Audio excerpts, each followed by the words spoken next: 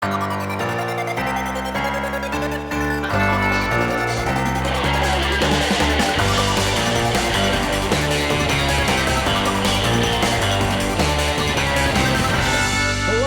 and welcome to another edition of Yolt Presents Joker's Trick. We live in a society. This time, it's a new Batman movie. Joker is allegedly in it.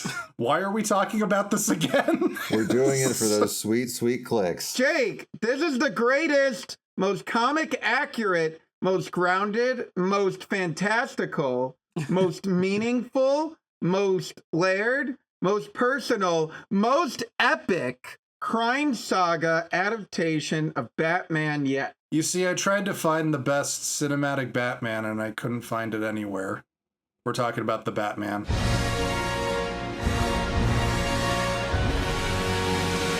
Dun, dun, dun, dun, dun, dun. Yeah, well, famously, there are no good Batman movies, so thank you, Matt Reeves, for finally giving us one. Well, luckily, Zoomers who didn't grow up with The Dark Knight, they're just like, actually, this is cinema. Christopher Nolan is for babies and for dumbasses.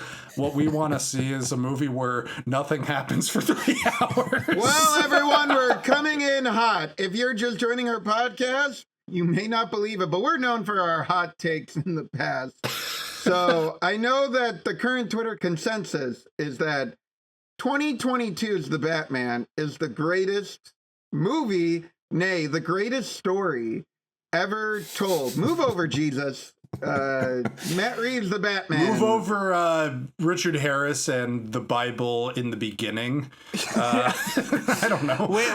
We gotta specify, more than we dislike this movie, we just dislike your generation because younger people make us uncomfortable. Full disclosure, I wanted to get excited for this movie, kids. But so many of you were like, oh my God, the Batman's going to fight Riddler. This is going to be the greatest movie of all time. And I'm like, well, you know, this is a special time for all these young people who have never gotten to see a solo live action Batman film in theaters.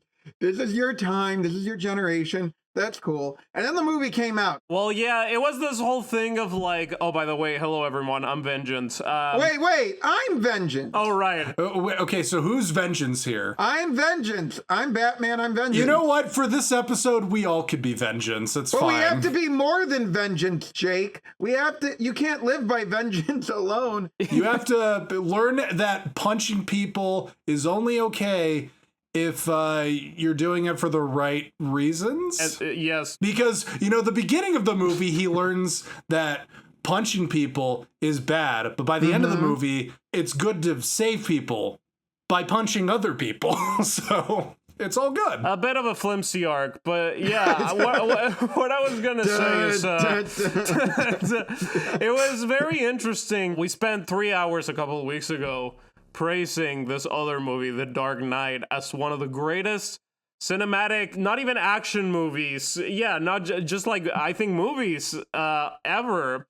And now we get this whole generation that are saying like, yo, that had no sauce, man. That was just Chicago, no cap. And this is stylish. And I'm like, what the fuck? Like, the real issue, Jan, is it wasn't comics accurate. Not like the Batman, which is 1-to-1.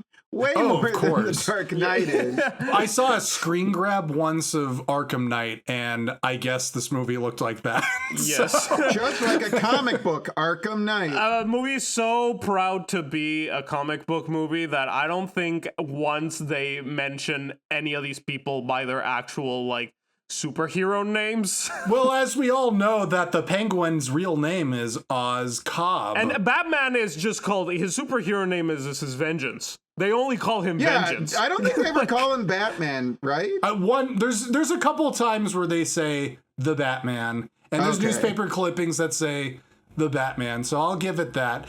And also, full disclosure here, I don't hate this movie. Oh no, I like it. I like the movie. I know we're razzing on this movie. No, but like loyal listeners who remember our discussion of the future of James Bond will remember that we all said we liked this movie. And we'll see how a rewatch has changed that. And if you're new to the show and you haven't listened to that, good for you. But like, no, this movie isn't bad. I actually like this movie okay.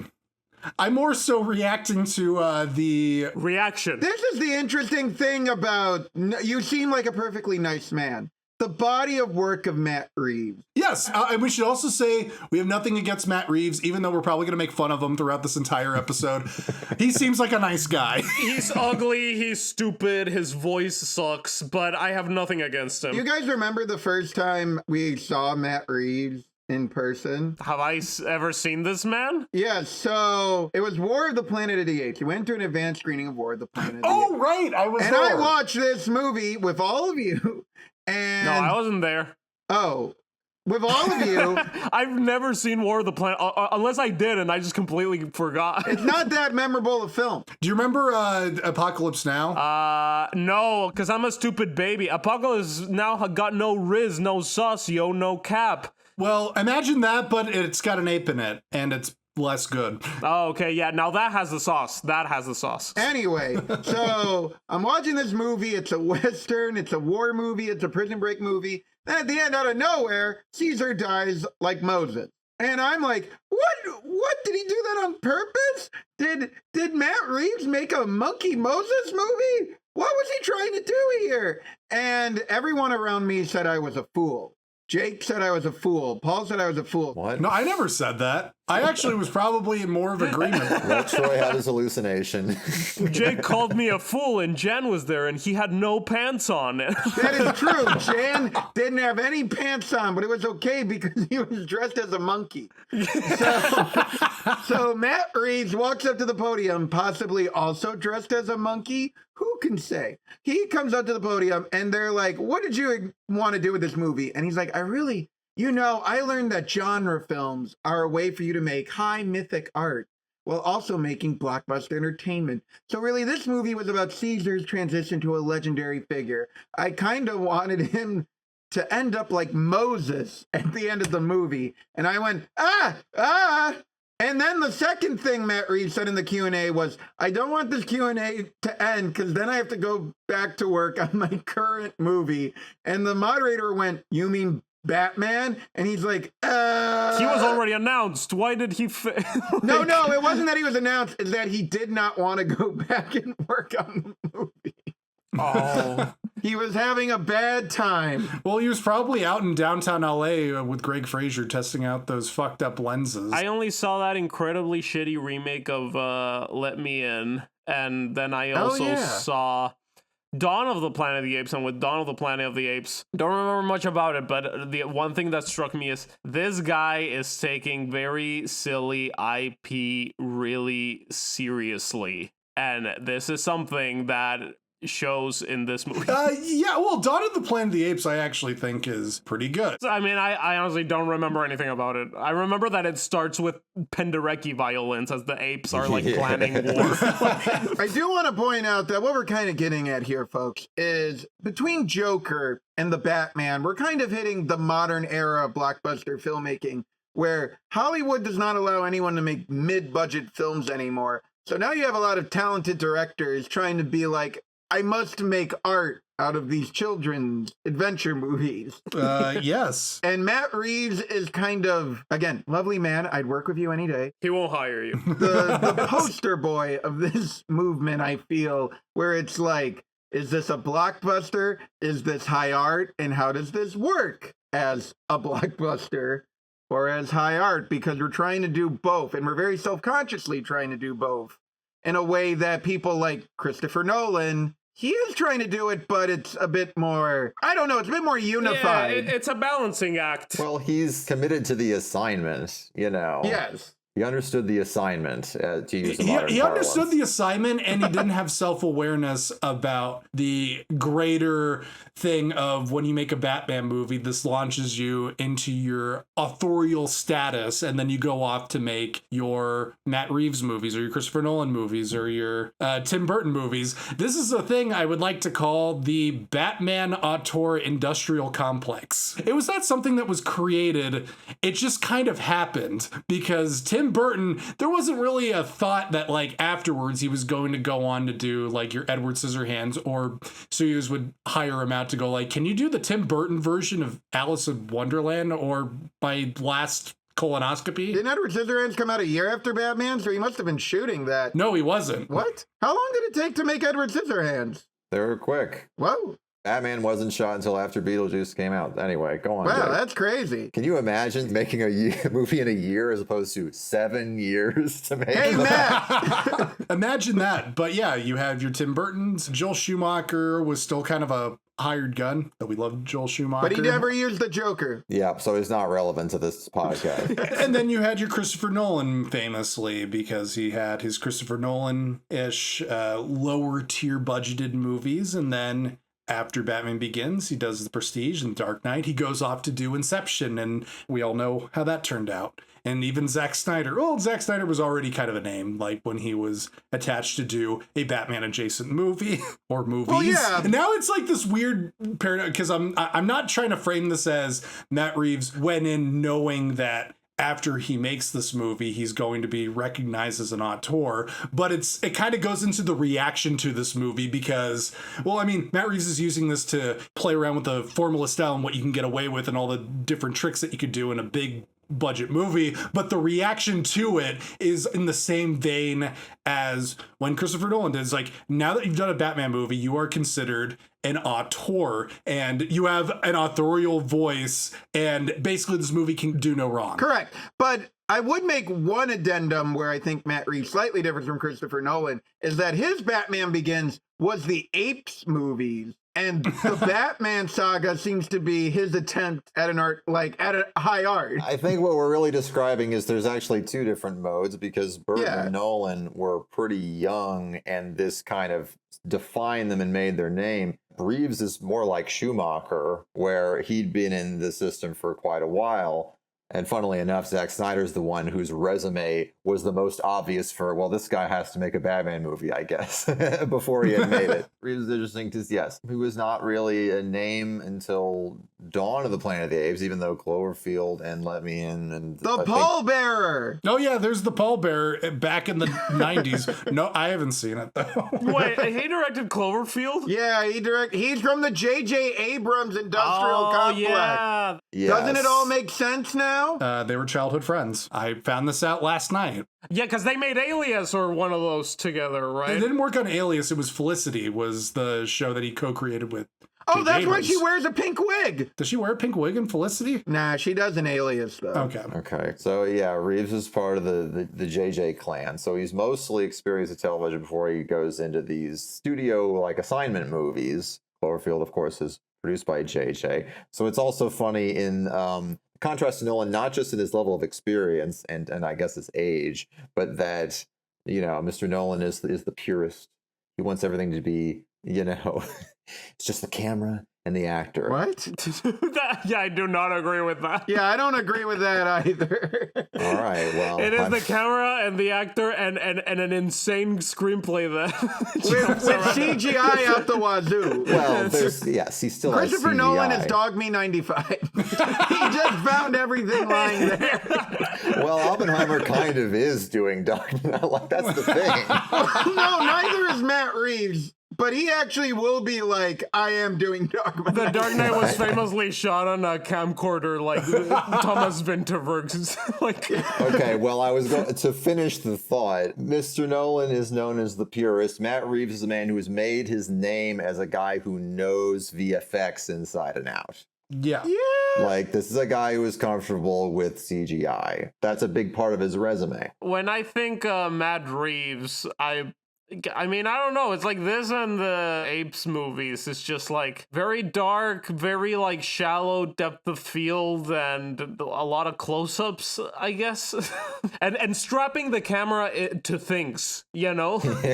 He does like that. It's very raw. Yeah, sort and of. then Gen Zers are like, this is art, you know? This is... Again, this is Cloverfield guy, and the whole thing with Cloverfield was, I'm going to bring reality to the monster movie. It's got to feel real, found footage. And that's kind of, if you hear Matt Reeves talk, that's what he basically says about the apes and about Batman. He's like, it's a real world just with apes in it. It's a real world just with Batman. I guess Matt Reeves' whole thing is verisimilitude, but that does sound like it's more of a style than a substance. One thing I think Nolan does different is Nolan has ideas, and all his movies are about ideas, while Reeves is more about the experience, the feeling you want to get from a movie. I have thoughts about the verisimilitude of this movie. I was talking to my girlfriend last night, and I ended up talking her to sleep discussing the verisimilitude of the Batman.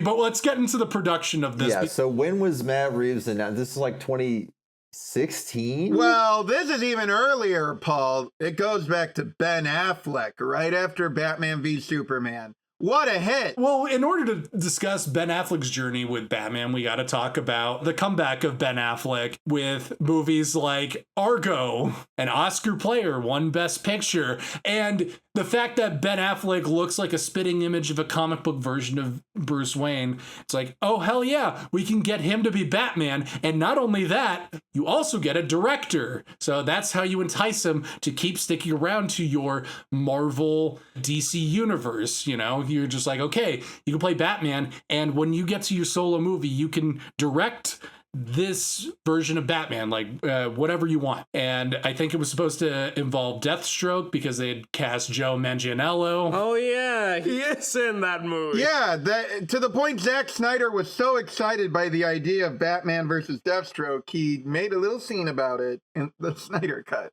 And for personal reasons and the fact that Justice League spontaneously combusted mid-production, Ben Affleck became less enthusiastic about, directing a Batman movie. About directing anything. He went through a really rough patch, it seemed like. Yeah.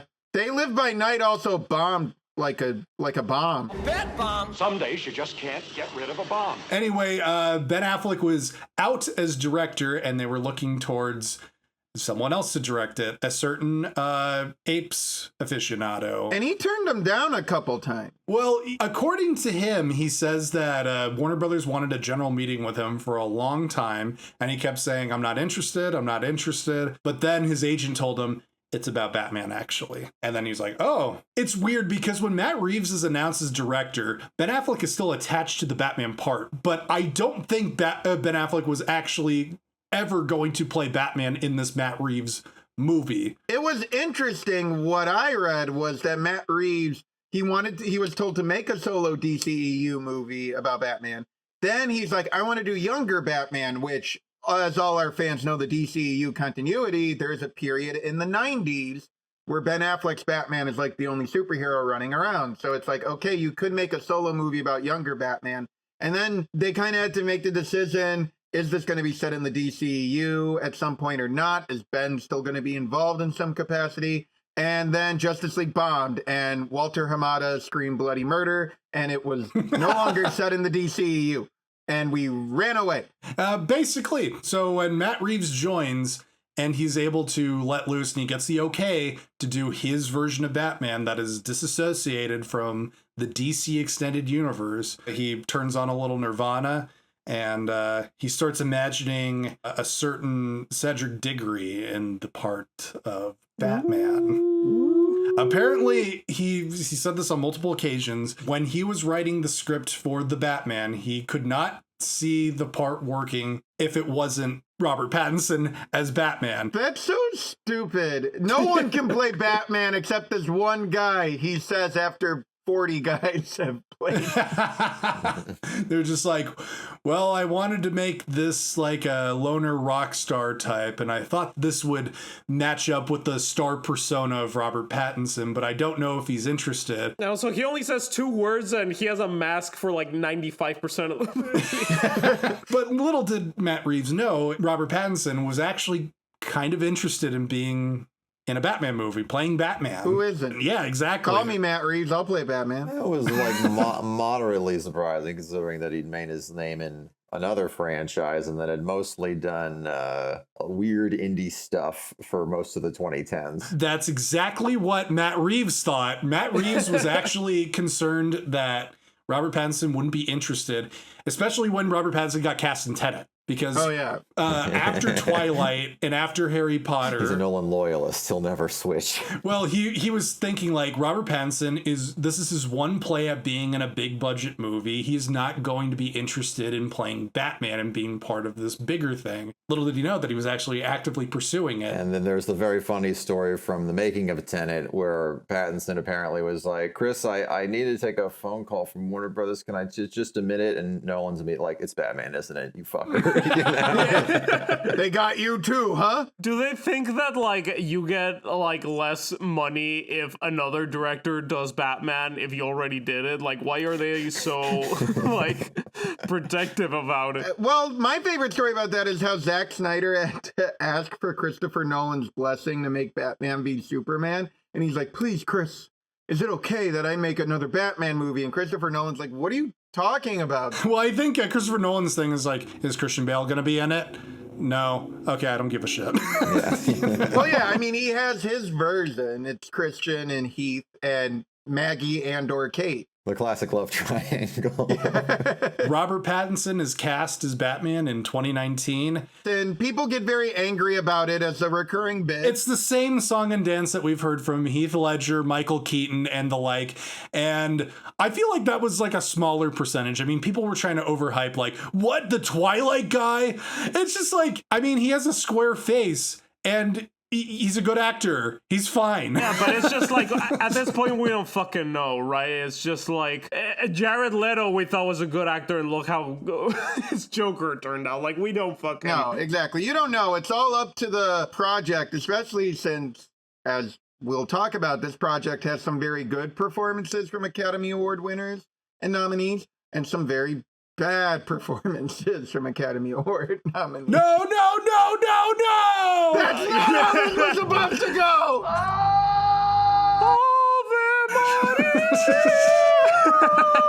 Wait, okay, so what's weird is everyone's trying to figure out the story to this movie. And in the process, he is casting everyone. Like, it feels like every single Batman character is getting cast for this movie, including Barry Keogh. You're Irish, you should know. Hey, don't talk to me around Dublin. Oh, here it is how to pronounce it. Is Barry Carbon Potato Famine.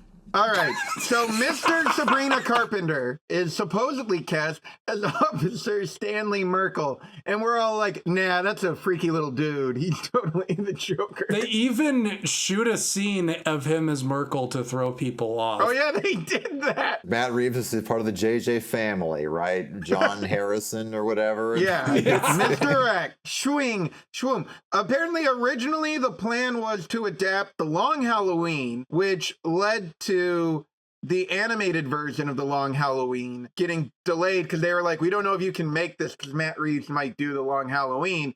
But then I think Matt Reeves realized, wait a minute, Commissioner Gordon, Harvey Dent, and Batman teaming up to take on the mob is The Dark Knight. So he decided not to do The Long Halloween. So the animated movie came out, and somehow, due to the magic of scheduling, The Long Halloween animated movie came out in 2021. The Batman came out in 2022, and Ben Affleck's last performance as Batman came out in 2023. So we're firing on all cylinders, It's folks. some kind of Tenet situation. Also, by the way, we need to mention, like, at this point, we did not fucking know what this movie's deal. Like, we didn't know if it was in the DCU, if it was its own thing. We had no idea. We didn't know if it was like young Ben Affleck. All we knew was that there needed to be a Batman movie. The thing is that we knew that there was a different Batman. It was probably going to be something different. And I think Matt Reeves at that point was like, yeah, this is something completely different. They let me do whatever I want. Fuck y'all. No, he didn't say that. He's a nicer man than that. This was the great double-edged sword, is when this movie was being shot, Aquaman was making money. Shazam was making money.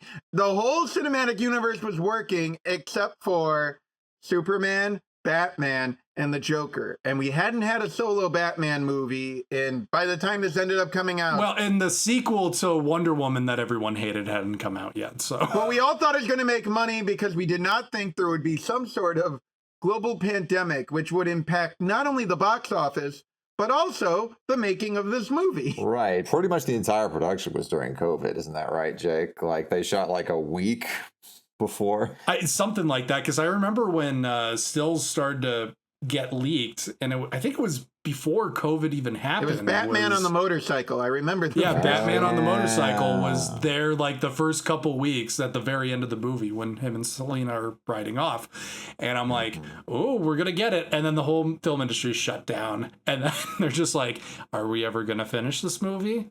Is this ever going to happen? We also got test footage, I remember, of the costume. Yes. And we got the first cues of Michael Giacchino's Batman theme, which all the bat poo-poos I have about this movie, I have nothing against that score. I think it is one of the best big blockbuster scores to come out in like the past like 15 years. It's really cool. I can listen to that on its own. It's amazing. And it is amazing how nobody incorporates themes at all in movies anymore. Except Michael Giacchino. Except for Michael Giacchino. I would agree that I think the score is one of the two major saving graces of the film.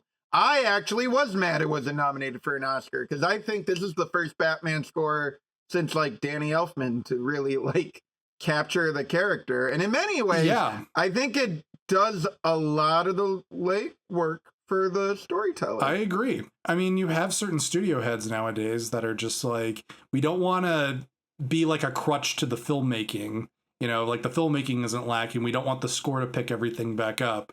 And I'm glad Matt Reeves has the sensible mind to go like, no, Michael Giacchino, work your themes. I'm going to spam the hell out of that shit because score actually helps. Themes actually impact the emotional viewing of a movie. So they do. I'll say, rewatching, and I actually was listening to a little bit of it to just break it down in the car today. But look, I'm still in the bag for Hans, but you millennial shill. I know, I'm such a millennial now.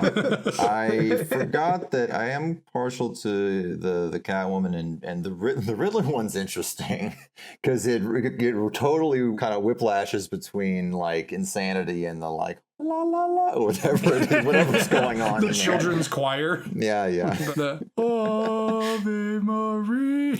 Yeah, we're gonna have to get into how this movie tackles mental illness.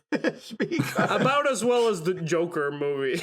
Well, we should say that like this film had a very long and complicated development, but yes, I think it is, especially rewatching it, it's worth noting that, I mean, the entire thing was produced in the shadow of Joker, right? So weirdly, the Batman film is now kind of informed by, oh, okay, so you can do that and make $1 billion, you know? It does take like plot cues from Joker. And again, I'm sorry, Matt Reeves and Todd Phillips, but both Joker and the Batman are intentionally intellectual crowd pleasers. Like, they are very much trying to be like, we're putting thought into the psychology and we want to say something about society, like, deliberately.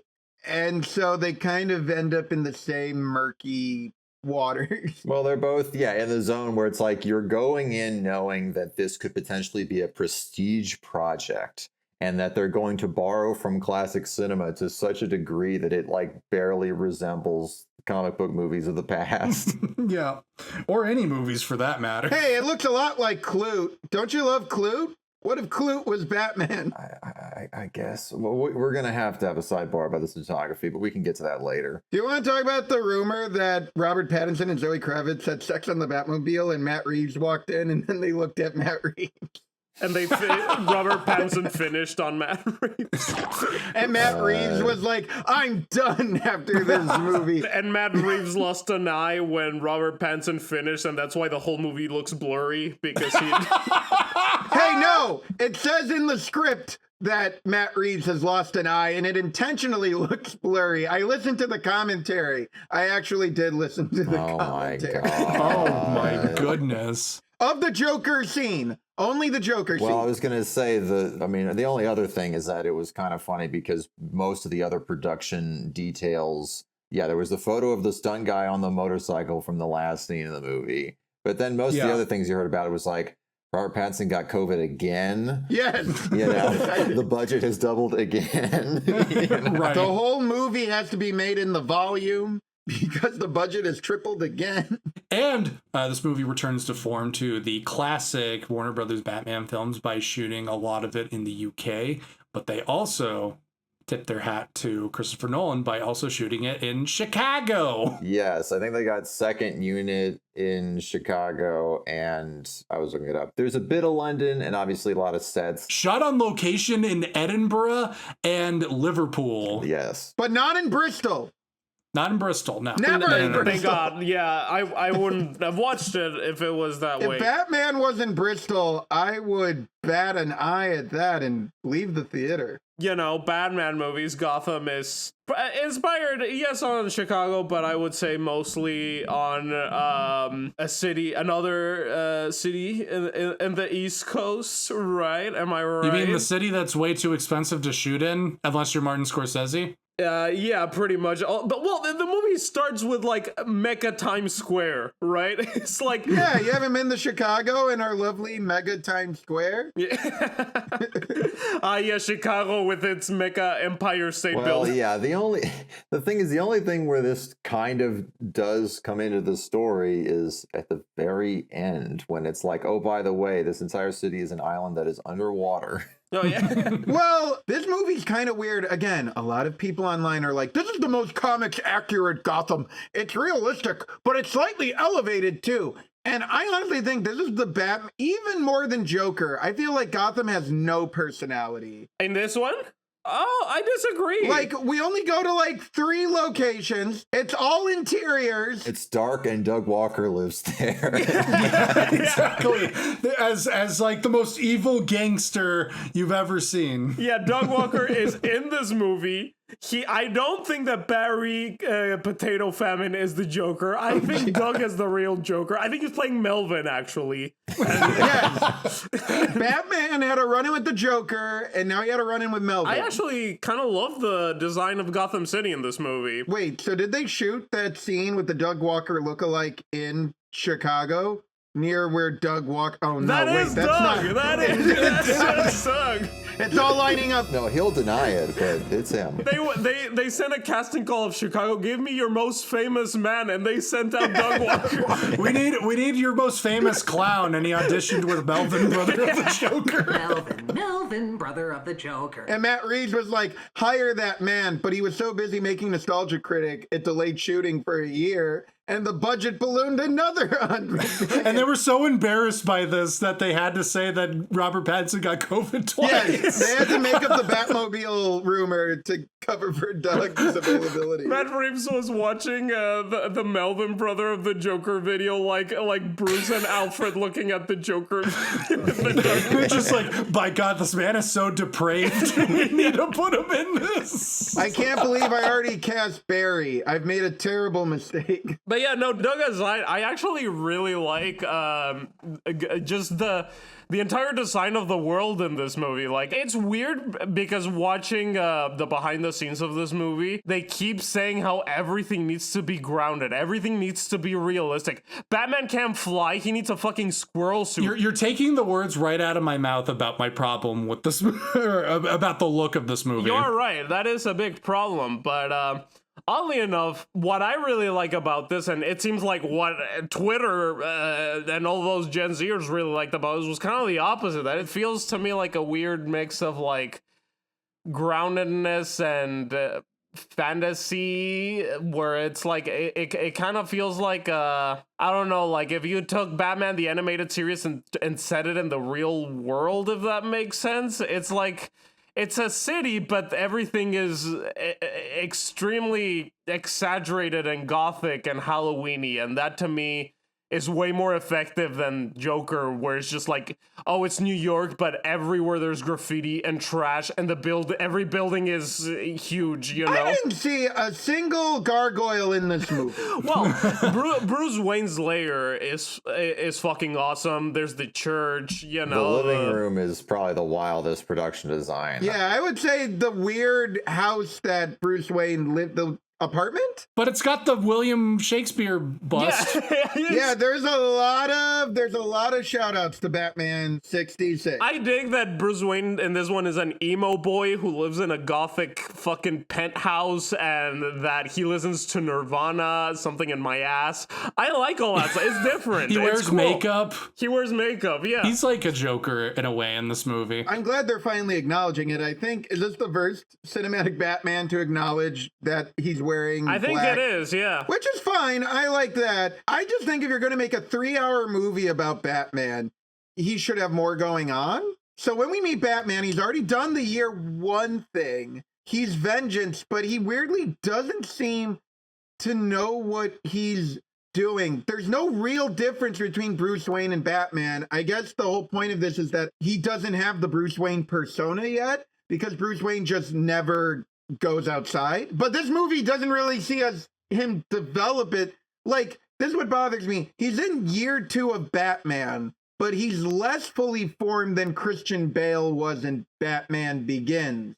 And I was thinking about this. We're kind of running into this thing, I guess we'll also see with James Gunn's Superman, where we're not going to do the origin story, but we have like a Spider-Man who's gone through the origin story but doesn't know what with great power comes great responsibility means yet. We have a version of Batman who doesn't know how the Bruce Wayne saving people thing works yet. Yeah. And then the movies use this as their arcs, and they're like, oh, he figured out how to become slightly more similar to the character you're aware with. And I don't know. I just feel like that's not a lot going on. No, I totally agree with you. I think this movie, I think it works as, at least for a little bit until it derails as kind of like a detective procedural. I don't think it works. Like right away? Well, I don't think it works at all as a character piece. The arc is very weak, but I also, I think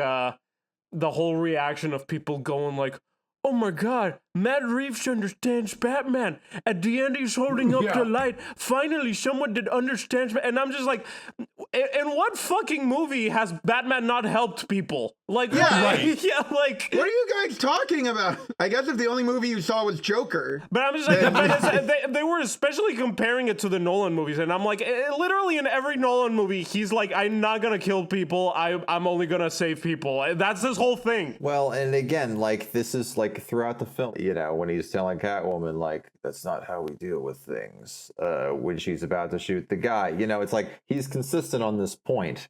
So, like, he's developed, but, like, how are we like, what's the evolution? And another thing that jumped out at me on this viewing, since we're kind of talking about Batman as a character right now, is that, especially in Batman Begins, but in Batman Year One, kind of implied in Tim Burton Batman, the idea is that part of why Bruce Wayne became Batman is that he knows Gotham is fully corrupt and in bed with the mob, and that's why he has to work outside of the system.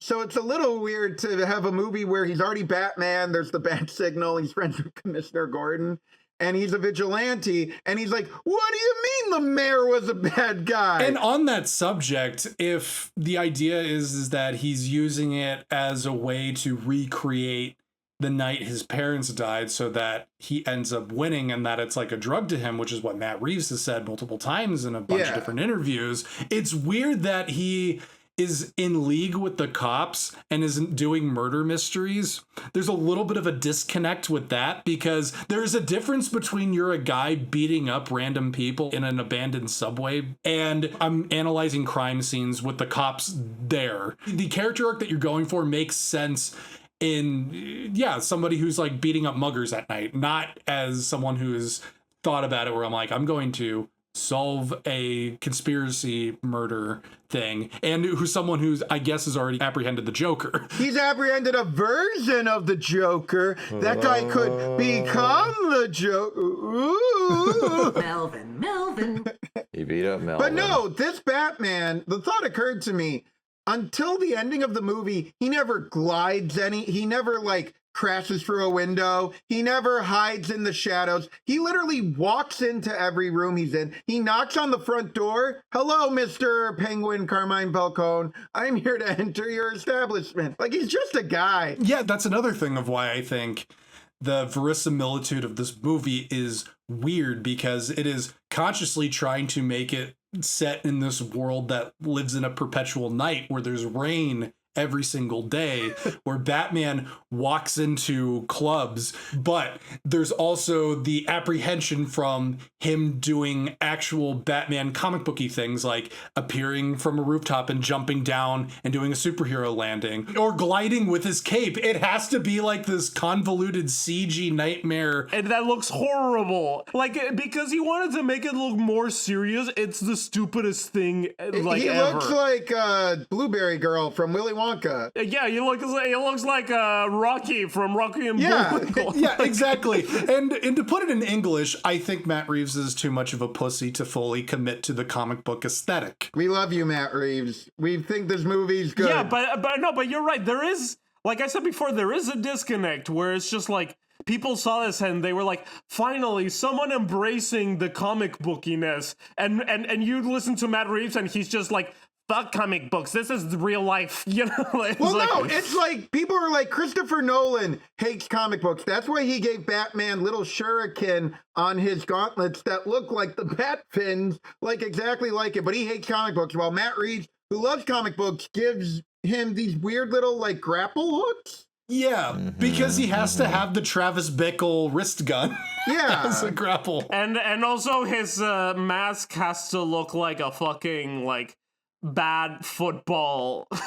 It looks like the Adam West mask. Yeah, exactly. No, because the marks, the seams on the mask are exactly like the classic 40s and 50s and 60s Batman mask, which was adapted for the Adam West show. I mean, I kind of like the design in general. Like, I like that he has the Dracula cape thing going on. Which was from, I think they pulled that from Batman Gotham Knight. Oh, yeah, that is. Like, the best look of Batman in that movie is from the short where he has like the bullet deflector and he has like this weird collar thing that just goes up to like the top of his head, like this Dracula collar, and then they're just like, you know what, we're gonna kind of adapt that. But bringing up Batman 66, this whole movie in some ways, this feels more like if they made Batman 66 and they took decades off and then they said, we got to bring this back, but grim and gritty. This feels more like what that is instead of the 1989 Batman, which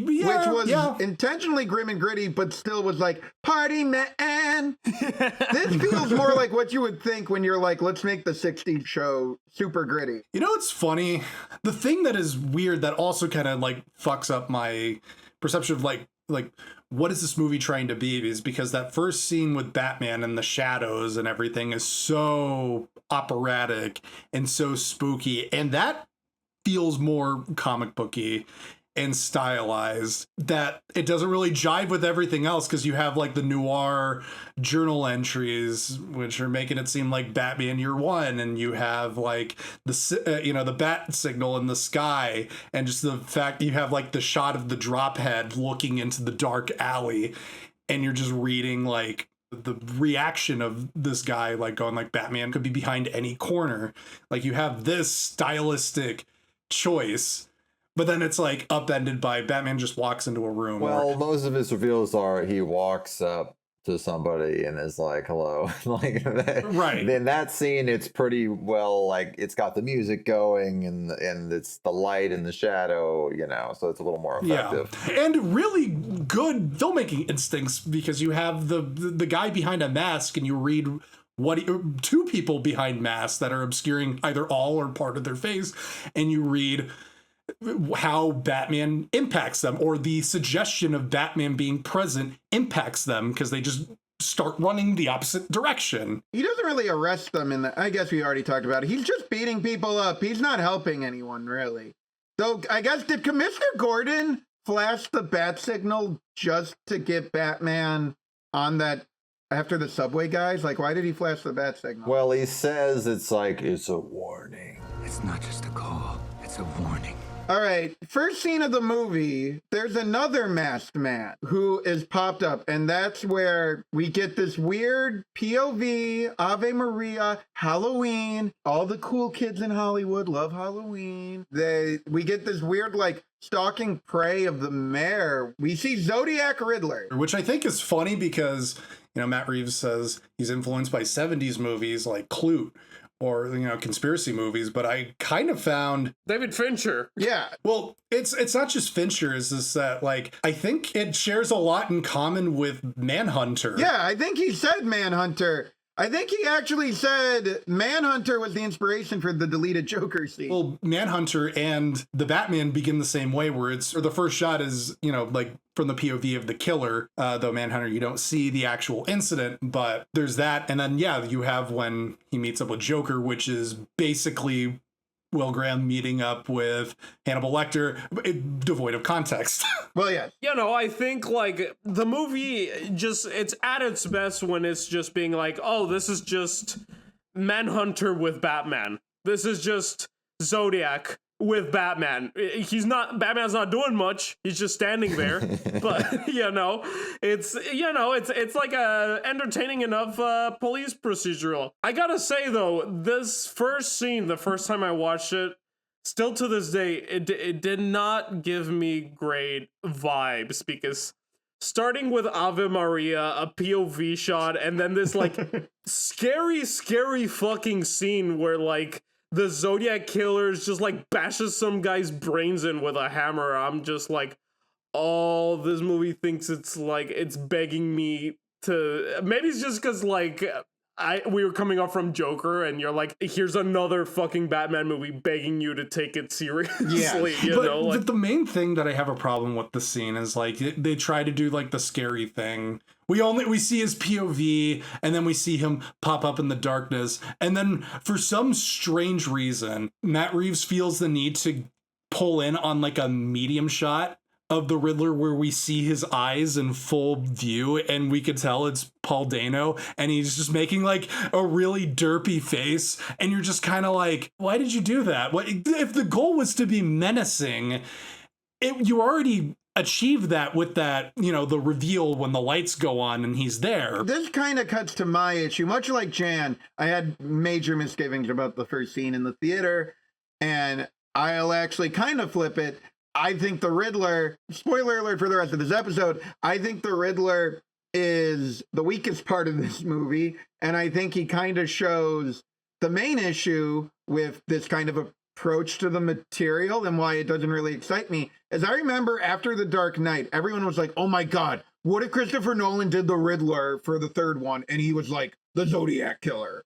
And then finally for this movie, Matt Reeves is I'm going to do the Riddler, but he's the Zodiac Killer. And it just feels all right, this is kind of weird. It's not as fun as normal Riddler. It seems like if you could do fan casting for ideas. Yes, exactly. You know what I mean? It feels like someone threw it out on Twitter and they were like, oh, this would be so cool. But it's then you do it and it's just now what? He's the Zodiac Killer. Yeah, okay. So what does that add? It's a gimmick. Yeah. Because it comes from this idea, it's if the Riddler was a real guy, he'd be the Zodiac Killer. And I'm but then wouldn't every Batman villain just be the Zodiac Killer?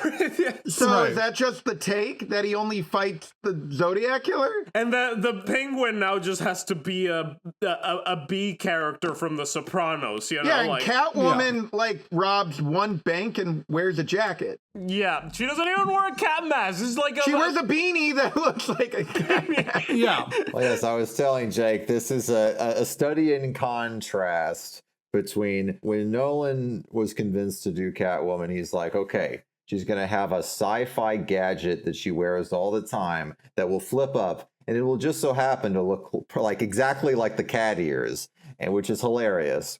And then Matt Reeves is it's a ski mask, but it has little corners. So if you get the right angle and you know what she's supposed to be. If you squint your eyes. Here's the kicker for that, because she is already doing cat things. She has a bunch of cats all around her apartment. She has cat magazines. She's I have a thing about strays. I have a thing about strays. And then she says that I have 9 lives. Don't throw your life away. I got 9 of them. And I'm wait, so if you're fully embodying the Catwoman persona, why is everything about your getup completely incidental? Yeah, that's what I don't get either. Did anyone else, when you see that she's working like in this club and she has different costumes, I was like, oh, this is where she's gonna get the cat costume from. Fucking nothing. Well, I'm even more confused. It's like the first time Batman gets her, she's like robbing a bank, because that's what Catwoman does. No, she's robbing the home of the mayor because the mayor has her roommate's ID. Because her roommate, spoiler alert, the mayor turns out to have been a bad guy. So he had a mistress, and it was her roommate, possibly girlfriend. Matt Reeves has stated that they're in a relationship, maybe? Well, she calls her baby. Okay. Well, I did call Jake baby when we were roommates, but Well, yeah. That's just the 2020s. But like, she robs the mayor. She doesn't rob anyone else for the rest of the movie. So is she even really committing to being Catwoman? Well, she does rob the mob guy, the Penguin's goons, when they're doing the drop pickup. But doesn't she just like find a corpse? No, she finds the corpse because she's in the process of robbing them out of all that money because she feels like she's owed that because her dad, spoilers, is Carmine Falcone. Which actually is from the comics. I have very major problems with this character because, okay, positives. Zoe Kravitz in this movie is quite possibly the hottest a woman has ever looked on film. We're back. Yeah. Jan is like People magazine. He picks a new one every year. wait till I get to Doug Walker in this movie, okay? Oh boy. However, her acting in this movie leaves something to be desired. Like, she does not emote like at all. When her lover gets kidnapped, she's acting like a minor inconvenience. She's just like, shit, they took my cell phone. Took my phone. Your best friend has been kidnapped. So, nothing against Zoe Kravitz, but I don't think it's a great performance. Also, I think this character is not only very unincidental to the whole plot, but it actually drags it down because... Well, she's in a separate movie. Exactly. It's completely separate from anything that's going on, and when they reveal that Carmine Falcone is her dad, it's like, this takes easily like a third of the fucking movie, her whole chunk, and I'm just like, it's not adding anything. I don't give a shit who your dad is. I was shocked when the Riddler came back. First time I watched it, I'm like, oh yeah, the Riddler. Yeah, I'm like, get the fuck out of here. Well, Like, the thing is, it's like... I guess that kind of goes into a lot of the problems with this movie is that there are a bunch of ideas about like what take Matt Reeves has on Batman, because a lot of it is Batman has a very myopic viewpoint because he is a rich kid that poured all of his problems into beating up like Doug Walker on the street. He doesn't have the same level of empathy and stuff, and you're supposed to have Selena Kyle to kind of come in and show him that there's a different perspective to be shown, and Riddler is supposed to be that. But then it's also a story where it's like Batman has to learn how to be the hero that we've come to know and love, and everything doesn't feel like organically like building upon each other. It just kind of seems like we're going to cycle through this tangent and take it to its logical endpoint where there's a climax and you're satisfied, but then it keeps going. It's not like an addition to that. It is more so like a bisected thing of like, this idea is done, move on to other idea. I 1000% agree. Like, my whole thing with this movie is just like, this is one of these movies that to me is like a collection of like really cool sequences, but then it there's nothing, like you said, like they're not building upon each other, and at the end you're just like, Batman learned something that you shouldn't punch Doug Walker to death. Like, Well, the whole middle of the movie is basically Batman check your privilege. Okay, we need to talk about that. I want to bounce off what Jake's saying, where it's like, this whole movie needs to figure out what Matt Reeves' take on Batman is. And it's right, because making a Batman movie is so important that he needs to do a take on Catwoman. He needs to do a take on the Penguin. He needs to take on Riddler, take on Gordon, take on the Waynes, take on Elf. Like, this whole movie is kind of a sampler plate of Batman's relationships of all the other major Batman characters. Well, yeah, and I think critics have mentioned, this feels a little bit like a TV pilot in many ways. I was actually watching the movie this time. I actually did think to myself, if this was a TV show, it'd be really impressive. Yeah. Like, this could be a really solid Batman TV show. Well, do I have news for you? Oh, no. Did you like Colin Farrell made up like Richard Kind? Holy God, what are you showing me? His head. Come on. He's very good in this movie. Like, oh, he's awesome. I don't understand why it had to be him in that makeup, but he's so cool in it. Like 2022 was like Colin Farrell's year. It's amazing to think you can make this in Banshees of Inisherin. Yeah. Well, same thing for Barry Keogh as well. Amazing you could make this in the same year. Well, he was immortalized with the, what are you showing me? God, come on. Come on. Like, he captures the Sopranos energy so well. I wouldn't call him the Penguin, but whatever he's doing is great. Rada alada? That's the worst fucking Spanish I've ever heard in my life. That's an incredible touch that the Penguin knows Spanish grammar rules. Did you ever take Spanish? I love that. Rata alada? It's like the worst Spanish I ever heard. What? It's la rata. What is this, Riddler, stupid or something? Am I the only one here knows the difference between L and la? No habla español? I was gonna say the waddle. Like, again, this movie's so weird. Because it's like, it's grounded, it's realistic. This is about graft at a federal level and police informants.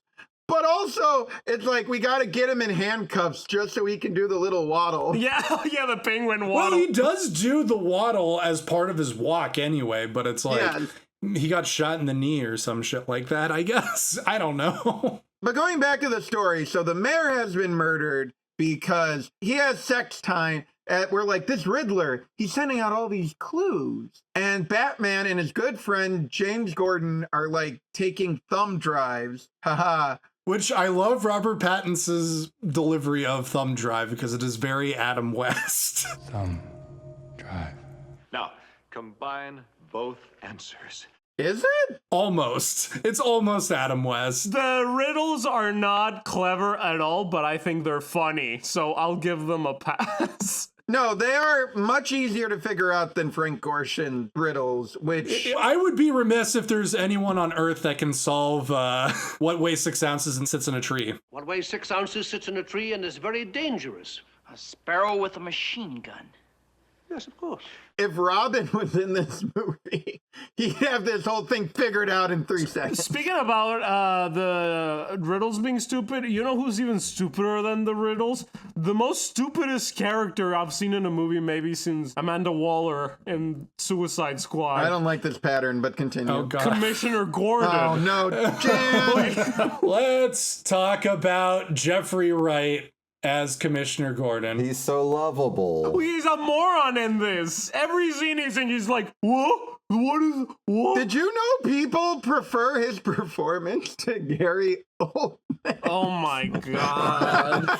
And it's not Jeffrey Wright's fault. It's not his fault. He's a great actor. It's just Gordon is just the idea of Gordon in this movie. He is just there to be like, Batman, you're smart. Well, he's just there for Batman to talk to, because Batman's like barely any smarter. Like, they're both just looking at these cards like, what? Like, for 2.5 hours. Well, Gordon is so stupid as a cop that he needs to rely on fucking Twilight in a Batman suit to tell him the answers to the simplest riddles ever conceived by a human being. What does a liar do when he's dead? He lies still. Excuse me?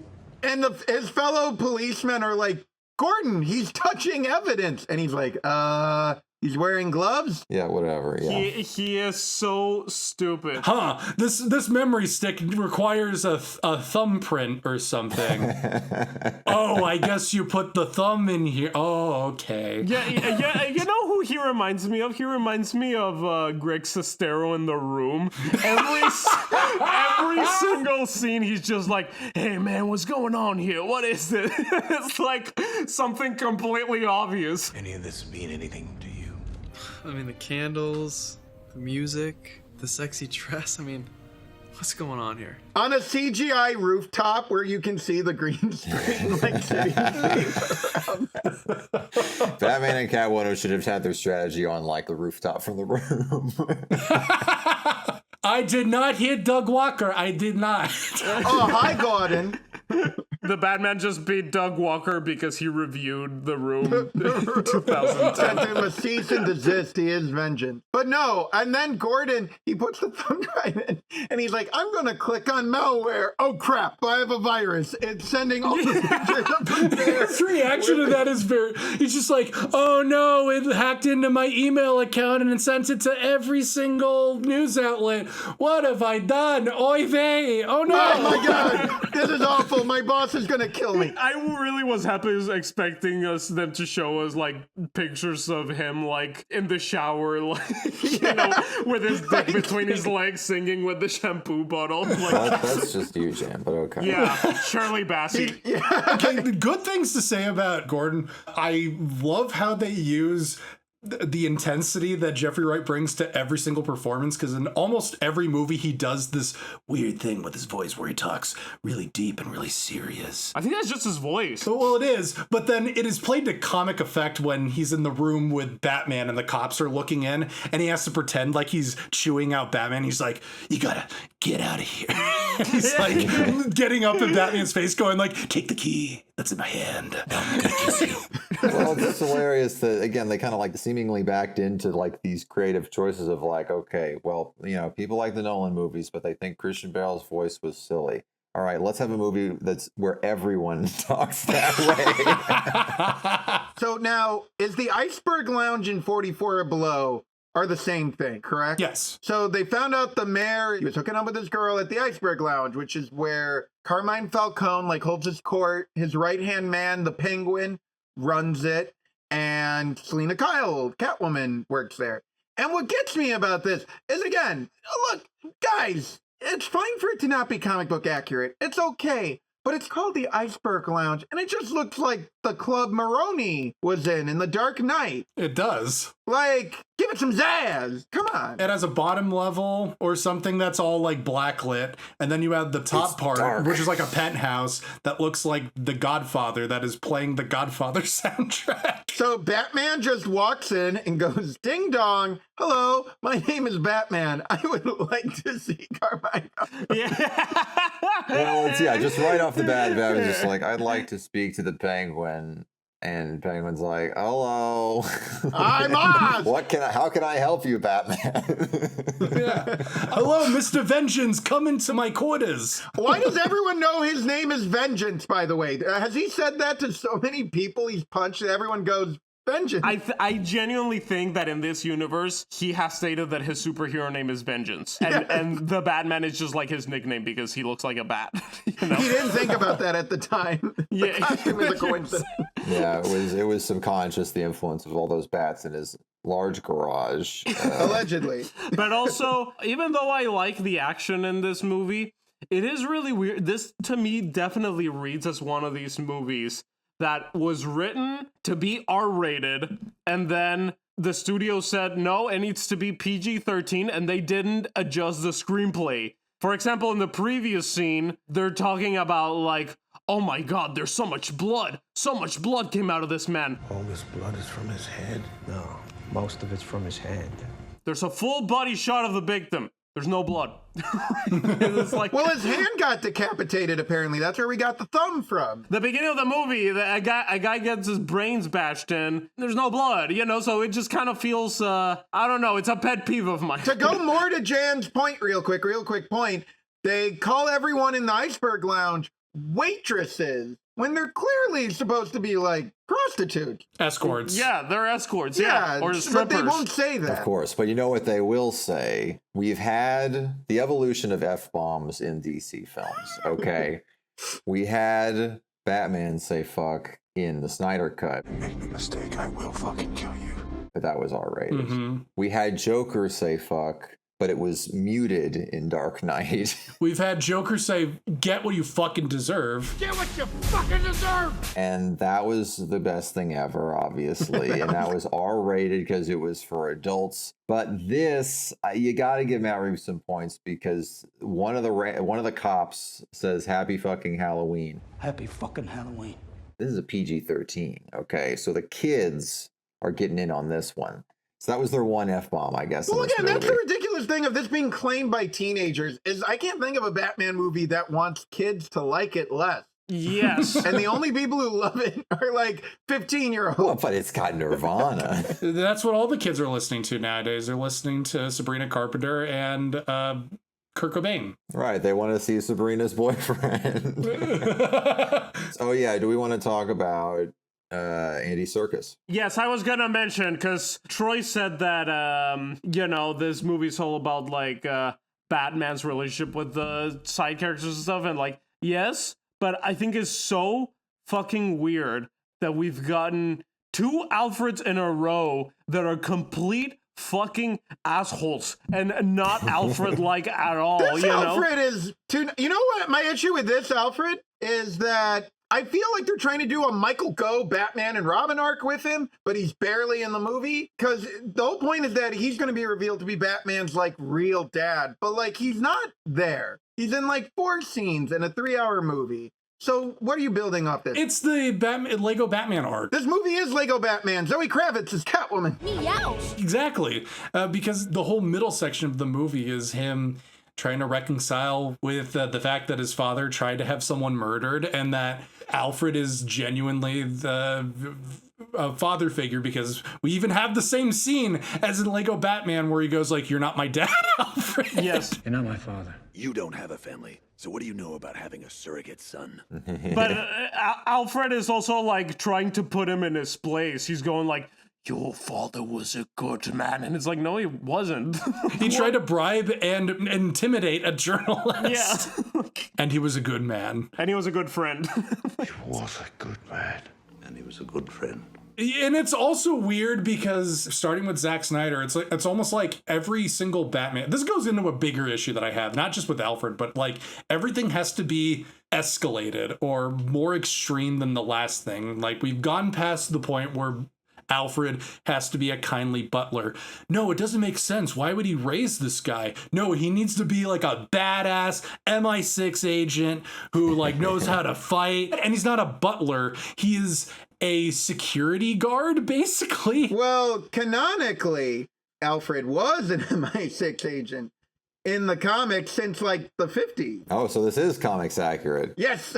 But here's the thing, it's just that like everything has to be more extreme, a little bit more badass. Thomas Wayne has to be the most evil man who ever lived. We got that from Joker. Yeah, so the conspiracy that's unfolding in this movie is kind of odd. So, like, the Riddler's targeting people who were part of this Falcone connected thing. Basically, there were 2 crime families, the Maronis and the Falcones. Batman and everyone took down the Maronis. But then the Riddler's targeting the mayor, who's connected to the Iceberg Lounge, the district attorney, who is played by Maggie Gyllenhaal's husband. And, like, basically, it's all like, who is the mole that is, like, feeding Falcone crime stuff to the government and vice versa? Like, how does Falcone know what's going on with the government? And it comes out that Thomas Wayne, it all revolves around mayoral candidate Thomas Wayne's last great donation to Gotham, the Gotham Renewal Fund, which is interesting because this is a direct take from Joker.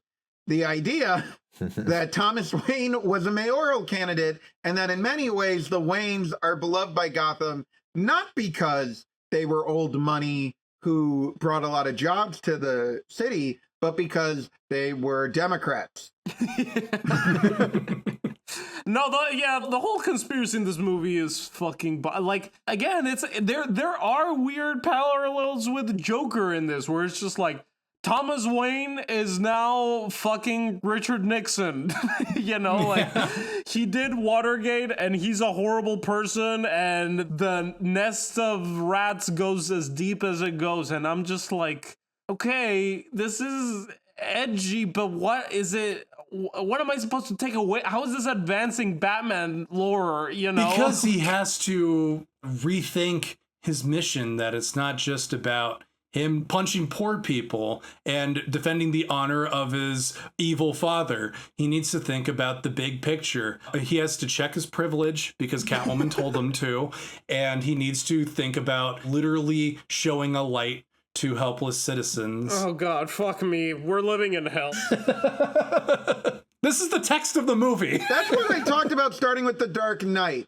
Now, I truly believe Christopher Nolan did it on accident. I don't think he was I will give Christopher Nolan the benefit of the doubt that he was not intentionally trying to do a class allegory where the rich are being attacked by the poor. He just read A Tale of Two Cities at a formative age, and he didn't think that much about the politics of that book. But so with the Batman, though, you see two filmmakers who believe the idea of Batman is he's a rich guy who beats up poor people, and that's what the movie needs to be about. So you get this whole weird thing with Catwoman where she's like, you're exploiting me. You get the poor guy at the mayor's who's like, oh, they don't care about us. They're the rich. They don't like us. But then at the end of the day, Batman is still siding with cops. Alfred still tells us Thomas Wayne was a good man who was going to go to the police. And the finale is Batman beating up poor Twitch streamers. Like, you still come to this weird thing where it's like Batman has to learn that poverty, like the system's broken, but he still ends up like beating up poor people who are responsible for everything bad that happens in the movie. But now he's thinking about saving people more, I guess, because he wasn't saving that poor man who was being attacked by Doug Walker. It's not just that, like, in the macro, you're not sure what these threads are, like, coming together. It's like, even on the micro, it's like, Thomas Wayne was a bad guy, and then he goes to ask Alfred, how could you not tell me? And then he's like, no, he was, like, a fine guy. And he's like, oh, okay, end of that plot, you know. He did one bad thing. He accidentally asked for a mob boss to take care of a guy, and he didn't think through logically that taking care of someone would get him killed. So he was going to go to the police, but before he went to the police, he took you to a movie and he got shot. Though it could have not been Falcone. It could have been some guy. Who knows? It could have been anyone. It could have been anyone. We haven't changed the canon. What are you talking about? That night, your father and your mother were killed. It was Falcone. Oh, I wish I knew for sure. Yeah, they don't want to change the canon. And yeah, and then they have, like, in one scene, Catwoman's like, all you rich white guys, you don't know what it's like. All anyone cares about in this place are these white privileged assholes. And then she's making out with him in the same scene, you know. It's a little iffy, but I'm sure people are complicated, I know. It's a little more coherent than Catwoman in The Dark Knight Rises, where she's like, are you ready, rich boy? The storm's coming. I'm going to sell you out to Bane. No, I really liked you. I'm going to shoot Bane and we're going to get married. That didn't really track. Anyways, the action in this movie is fucking sick. That car chase, oof! I can't see what's happening, and it's so cool. Am I alone here? I've seen some Twitter accounts I really respect been like, you know, I forgive Matt Reeves for everything because he put in the car chase. Fuck off. And I'm like, it looks good. It's not okay, but this is where it's about execution versus ideas. It's a well-done car chase. I don't think the ideas in it are that interesting. Like, what are the big showpiece moments? Batman driving out of a fireball and Batman walking out of a car upside down, which are both in the trailer. Yeah, it's just he apprehends the penguin is what happens in the scene. I think it's super well done still. Like, it did get me excited in the movie, so I won't lie. It did, but you compare it to something like The Dark Knight, where that... Oh, no, why would I do that? Poor movie. No, but think about it. When you think back to the car chase in The Dark Knight, not only is it super well done, not only can I see what's going on, but it has all those iconic moments. Flipping the truck, the kids playing pew-pew at the exploding Batmobile. But Oswald Cobblepot going, I got you, that is iconic. I got you! I got you! Well, the difference between the Batman and the Christopher Nolan movies, because Batman Begins, the Tumblr car chase scene has a ticking clock element. Dark Knight is about trying to protect Harvey Dent from being blown up by the Joker. So there's more on the line. And in the Batman, it's more so, I guess this guy's getting away, I need to catch him. And so it looks very cool. It's not quite on the same level of the narrative engagement that you would have in like a Dark Knight thing. Not saying that that's bad. I'm saying it's not ideal. You ideally would like the narrative engagement along with the style. I remember like after watching it, I think I specifically was talking to Jan going like, I fucking hate this car chase sequence. Yeah, I remember that. And I was like, I thought it was neat. And I'm like, fuck it in its stupid face. I was being a bit hyperbolic. It's fine. I love the score here. I listen to this independently of the scene. I like the idea of Batman walking out of the flames upside down. Execution is a little wonky because it's supposed to be Batman presented as this otherworldly comic book, larger than life figure. And it's a little silly when it's just Robert Pattinson kind of just making a blank face, peering into the car. And Colin Farrell is acting as ass off. Like, Colin Farrell is looking at the most evil demonic thing he's ever seen in his life, and then Robert Pattinson is just kind of like drunk looking Like into the car. Yeah. Yo, man, you got any left with you? Well, again, in Colin Farrell's case, I'm looking forward to the TV show because I do think the basic ass take on the Penguin here is a lot of fun, and I think that's what's important, is that we all have fun. Yeah. Well, he seems to be the only actor that's really like having a good time in this. John Turturro's doing a good job. Yeah, I've goofed a lot on Matt Reeves' need to like show off his like creative tour shots and whatever. But I think in this car chase and in the action scenes in general, it's like when it's actually fucking appropriate to me that he places the camera in very specific spots for you to follow the action. Like when he straps the camera to the front of the car or to the side, or when he's only focusing on the steering wheel and the rest is out of focus. You know, it's because it's like it's directing your eyes in this like completely dark environment in a way that like I could follow. You know what I mean? Like everything was kind of like this leads to this, leads to that, leads to that, and I was like, okay, here it makes sense. Yeah, the car chase, it's definitely the best action sequence in the film, and also part of our reaction to it probably has something to do with the fact that the key moments were used in every trailer, and then the silly stuff, we were like, oh, you know, like it's kind of like the rock and roll track in seeing it in the Joker movie, where it's like obviously an iconic scene because it was marketed to be that, right? Yeah. Yes. A manufactured phenomenon. But then again, what are movies if not manufactured phenomenon? Oh my God, the contact lenses are so silly. I love the contact I like it. Yeah, but that's another thing where it's just like, this doesn't exist in real life. What is your insistence that like this has to be grounded and realistic? It's not. And so Batman is like, have sex with the DA. To me, it's mostly like little things like, why is he wearing a squirrel suit? Why is Catwoman wearing a beanie? Why does the Batmobile is just a car? You know, like why couldn't it have wings like the Joel Schumacher ones? And so the Riddler captures the DA. You know, there's like a lot of moments in this movie that add to the runtime that feel self-indulgent. Unnecessarily long. Yeah, unnecessarily long. And this case, I think, is the most emblematic in my opinion. In concept, the idea is spooky, I guess, but what is the information that is being conveyed? It's the Riddler's in the car, which we get a glimpse of earlier. With a little rack focus to the Riddler, you could have cut it there. Yeah. You know, like, well, and then he gets in the car and he gets kidnapped, and then you get that aerial view of the car slowly zooming out. And we also get foreshadowing of the levee, because the levee is right there.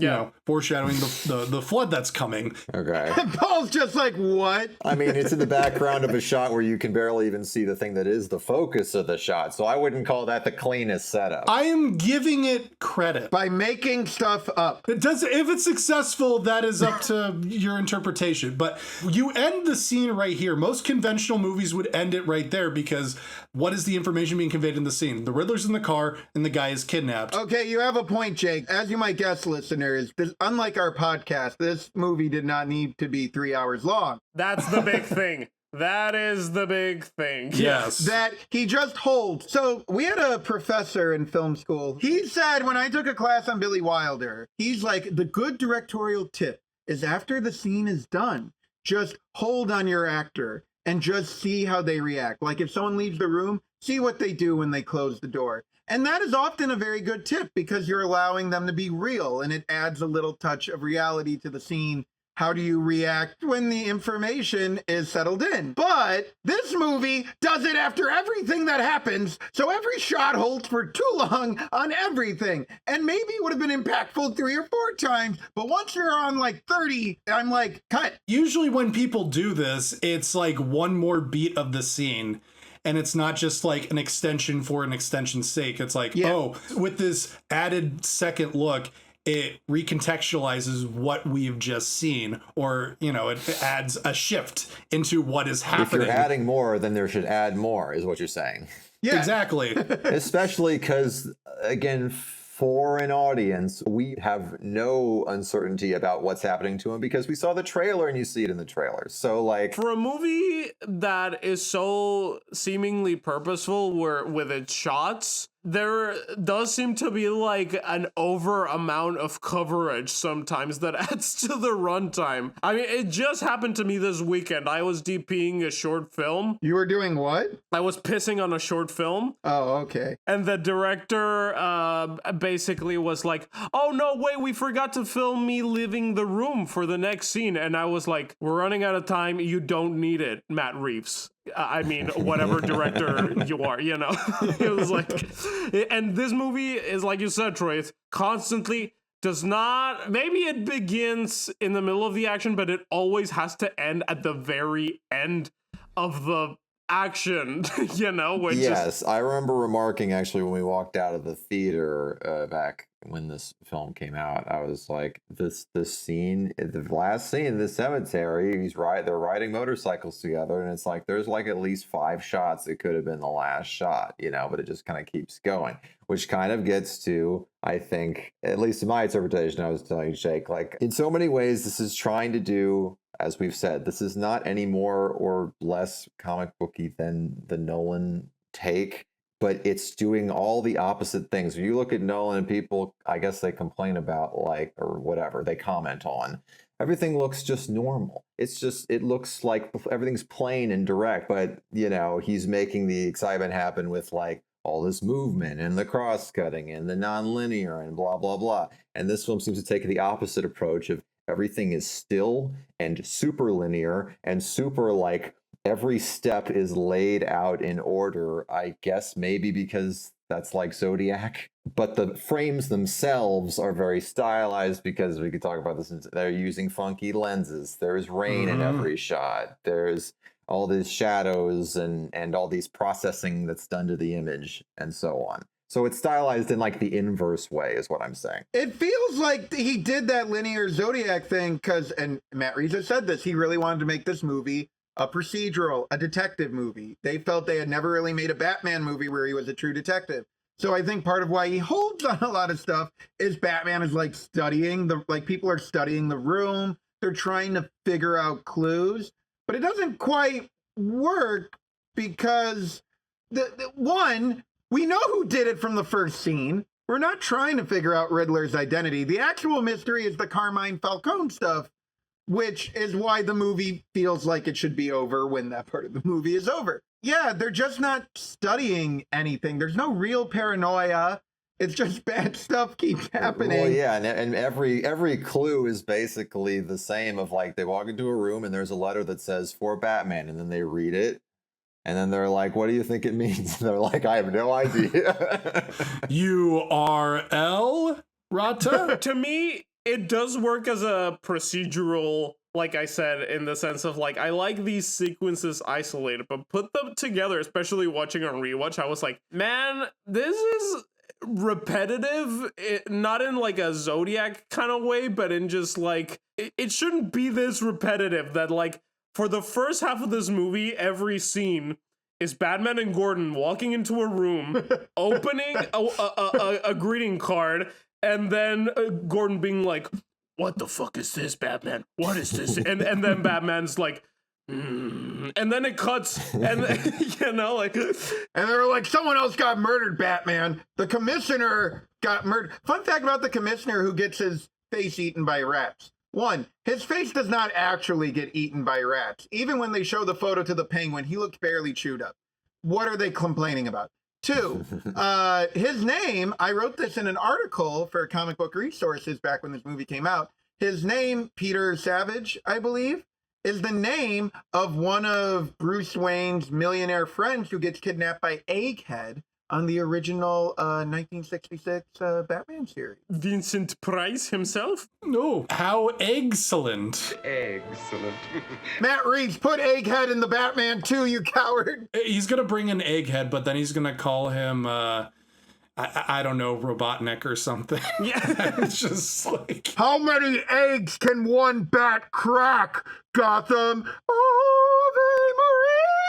I want to make a little comment. I think this is somewhere around when because they're looking in the clues and then he starts following Catwoman around. And he has a little crush. Ooh, I wanted to say it is very funny. Just because, I mean, it's just the nature of like how they've laid it out. Like it does make sense, like director wise, but like when he's spying on her and then she's like talking to her roommate and then she's like changing and then she's going out and he's got this like scope that's like, it looks like it's 1,000,000 miles away. And then they cut to the wide shot and he's like 20 feet away. Yeah. It's just, and he's not camouflaged by anything. No, he's just standing there. She's right across the street. Right there, yeah. That made me smile. Speaking of the rat thing though, okay, the Riddler video, it's the same. It's just the Joker video from The Dark Knight. Even the push-in into Batman, I was like, yes. How fucking dare all these people that are just like, Christopher Nolan, get out of the way. The sauce man is here. Chef Boyardee has arrived. And I'm just like, he's just copying him. It's just a Xerox. The only thing that's really any different, I mean, even Paul Dano's like the way he's trying to play it with the changing voices and tones the same. The only thing that's different is it's on a phone now. And instead of a trap from Saw 1, it's a trap from like Saw 3. You know? No, and it's like, Paul Dano is not scary. Why does he have that voice? You know, it's like, okay, should we talk about Paul Dano? Because holy shit. No! Nobody! No!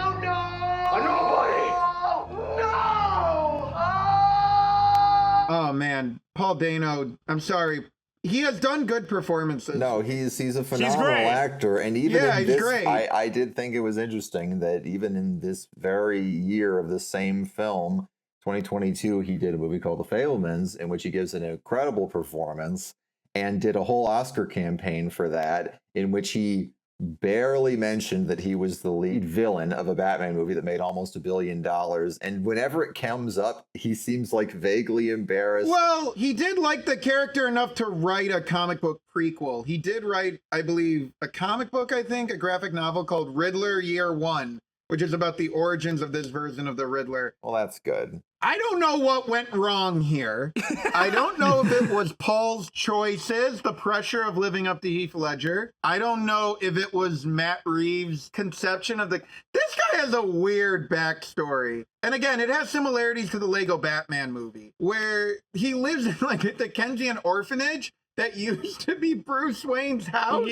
With 30 kids in a room and babies died because it was so cold. Yeah, babies died in 2001? Whenever this movie takes place. But this is real, Troy. This is not comic books. This is real life. This is what orphanages are like. They live in a gothic castle and they die of tuberculosis. He's a forensic accountant? I don't know. But he's also Lee Harvey Oswald, because his whole plan was to lure everyone in Gotham, apparently, to the front of the Iceberg Lounge where he lives across the street to shoot Carmine Falcone and then get captured? Like the Joker? Well, that and also bomb the levee in Gotham to flood the victory celebration of Mayor Bella Real. You get it? Oh, God, I have to talk about her. She doesn't make a lot of sense to me either, but we'll focus on Paul Dano I mean, now. my thing is, like, Paul Dano is a fantastic actor, but the thing is, he looks like, I don't know, like a smiling moon in a children's, like, storybook. No, that's not his fault. No, it's not. I'm just saying, like, casting is important, right? And maybe, like, if you wanted to go for, like, a more, maybe, like, innocent or childlike, I guess that's what they were going for, because But then they made him the Zodiac Killer. Yeah, but that's the thing, too, is, like, when he's trying to be scary, it's embarrassing. Like, it's way overdone. He's like singing Ave Maria and going, oh no, no, no.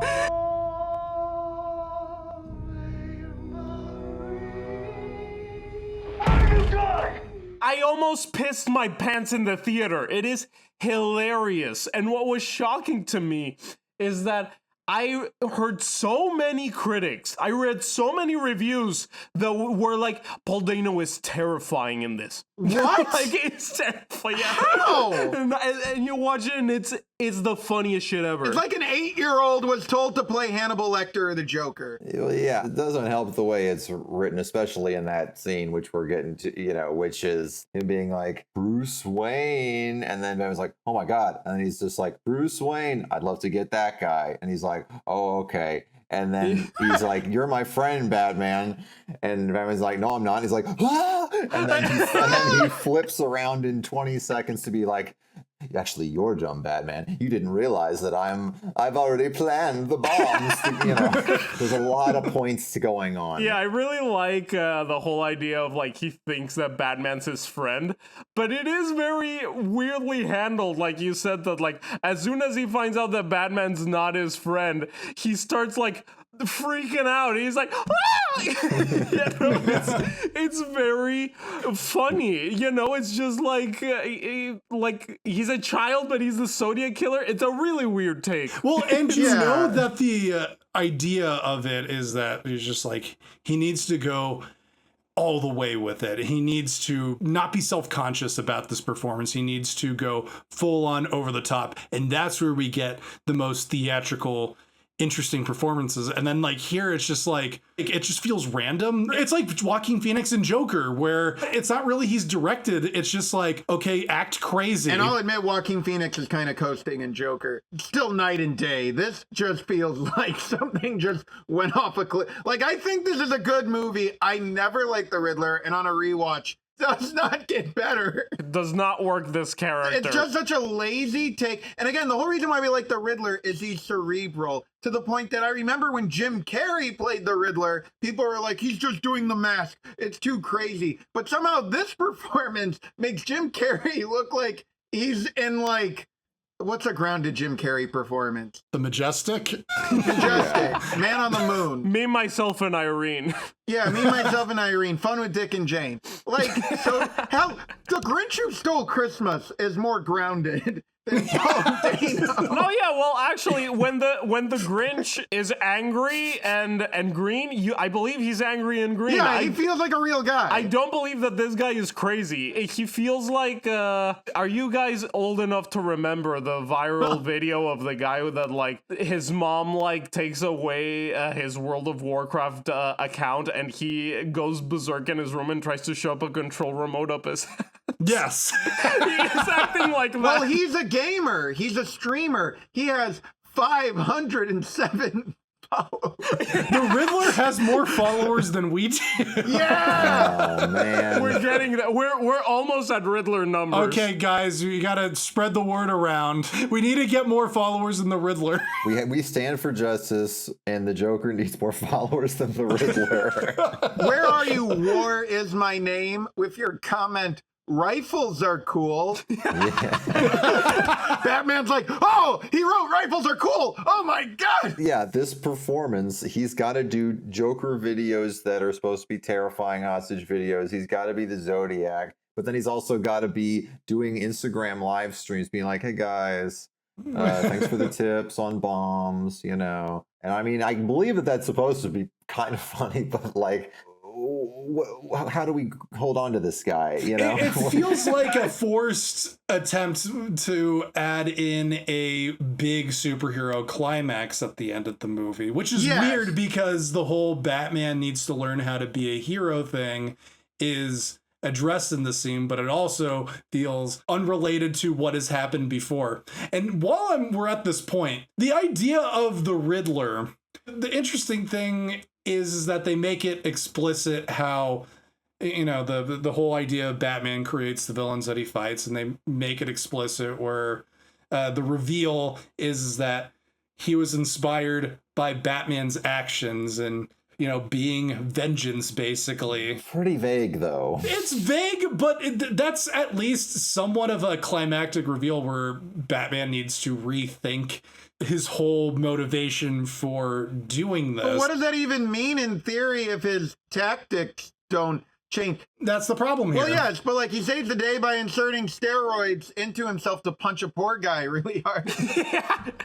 That is the funniest fucking thing in the movie when he just shoves cocaine up his dick and he's like, you're punching the one woman I've kissed me! Ah! That's an excellent point to bring up, because I feel like he comes to this realization during that interrogation scene with the Riddler, so that when he shoots himself up and then beats up the guy and he goes like, I'm vengeance, it just feels like a reiteration of the same point that we've already gotten. Like 45 minutes later. Exactly. Like, this is the thing. The movie goes, you know, just punching poor people is wrong, but...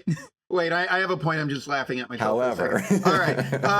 It says punching poor people is wrong, but how does he save the day in the garden? He punches people. Did he care about normal people for? Kind of. Like, his tactics haven't really changed. Well, unless he blows up a hole in the roof and killing everybody at the bottom. Well, yeah, but he's not like, normally if you made this kind of plot, the beginning of the movie would have Batman at odds with the police, right? Because they would get in the way of him punching people. Right, that's what I was saying earlier. But in this movie, he's already friends with the police. Yes. Well, he's friends with Gordon, but they let him come on the crime scene. Yes, they tolerate him, which is weird. When Falcone gets arrested, he's like just there standing next to everyone, and no one's like, oh, hey, it's Batman. Like, no one cares that he's standing there. Like, they just accept him. And, like, the mayor, this is where I don't get. So the mayor gets shot, and somehow his opponent becomes, like, the rightful mayor of Gotham. Like, she is, like, running unopposed. The wife and son are with her now. And she's, like, going out to Bruce Wayne, and she goes, you know, Bruce Wayne, you should be doing more for Gotham. And Riddler's big plan is, yeah, I'm going to flood the city, and then I'm going to shoot the mayor, even though one seems way more destructive than the other one. And, like, why is the mayor so important? Well, Bella Real is supposed to be what Harvey Dent was in The Dark Knight, except not bad. Or it doesn't turn bad, I guess. It's like the actual institutional change that Gotham needs so that they don't need a Batman to beat up Doug Walker. But it's barely even talked about. Like, exactly. That's the problem with it. Yeah. And in the whole enterprise of doing that, it's like, well, we've kind of been here already with that. Yeah. The whole social commentary in this movie is absolutely fucked. And it's one of these things where I'm just like, if you're gonna have half-assed social commentary, might as well not even do it, right? Because it's just like, yes, it has this like class thing and check your privilege thing, but then it's like, oh, but also like the cops are good at the end, and the real bad guys are the poor guys with rifles who I guess are right-wingers, except the Riddler is actually a based leftist. He's pretty based. Yeah, because you have to end it with a cool climax. And that also leads to like, my main gripe with this movie is the last, I would say maybe 50 minutes. Which feels like a different movie than the Carmine Falcone soap opera we got leading up to it. The movie I was enjoying because of how kind of contained it felt, how it was just like this kind of smaller mystery, and now it's like, oh, I'm gonna flood Gotham, and then the themes get absolutely fucked, and then we forget about Catwoman, and then she shows up out of nowhere, and by the end I'm just like, I have no idea what the fuck I'm watching. It lost me. I'll say it again. Gotham feels so small in this movie. Every character you know is always in the exact same place at the exact same time. It's like 3 or 4 locations. Like, there's no sense of scale to this. It somehow seems smaller than the Tim Burton Batman movie, where it's literally just a block. Yes. My other point that I think Jan is kind of touching on, and again, why, and I get flack on Twitter for this, I admit. You're brave. Is people are like, Troy, why don't you like grounded Batman? What's wrong with realistic Batman? It can be good. But Jan kind of put the nail right on the head. You can take grounded Batman out of, get rid of Man-Bat, get rid of Mr. Freeze, get rid of Robin, get rid of all the fun stuff, and be like, oh, this is grounded social commentary. The Batman character is not built for social commentary. If you try to do it, it will just be very confused. Your best case scenario is like The Dark Knight, which is very good. So when you do this movie and the social commentary isn't very good, then I'm like, well, then why are we changing Oswald Cobblepot to Ozzy Cobb? Like, it's funny that you mentioned that Batman isn't really about social commentary, because I would argue that the whole enterprise of superhero fiction came about explicitly as social commentary. It just Superman is social commentary. Batman is a ripoff of The Shadow. And Superman, which was also about like fighting corruption and bad people. And Superman. Exactly. I don't have a problem when it's about social commentary. It's just that like it's more so a problem because the last 5 adaptations of Batman are kind of based on the same thing, where it's just like we feel the need to be social commentary. It needs to be dark. It needs to be grounded. It needs to be real-ish. It needs to be extreme. It needs to outdo the last one.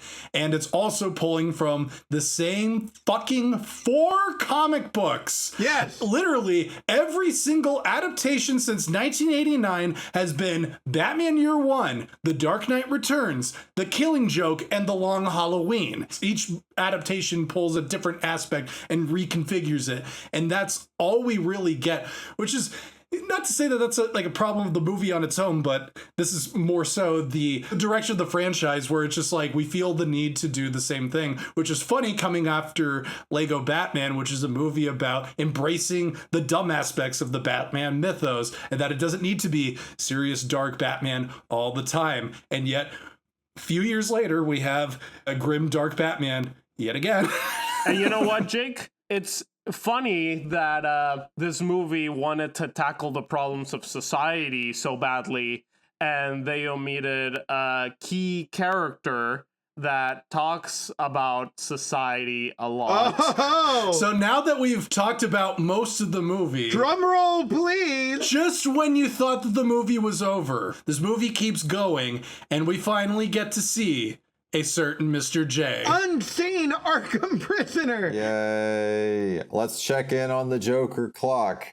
2 hours and 41 minutes. Now, that's not as bad as the Snyder cut. Low-key, watching this in the theater, I'm like, oh, I guess they felt they could make a Batman movie without the Joker. It's, again, like watching In the Heights and thinking it wouldn't end on The Last Shopping Lin-Manuel Miranda. Nope, they got me. That universe's Joker.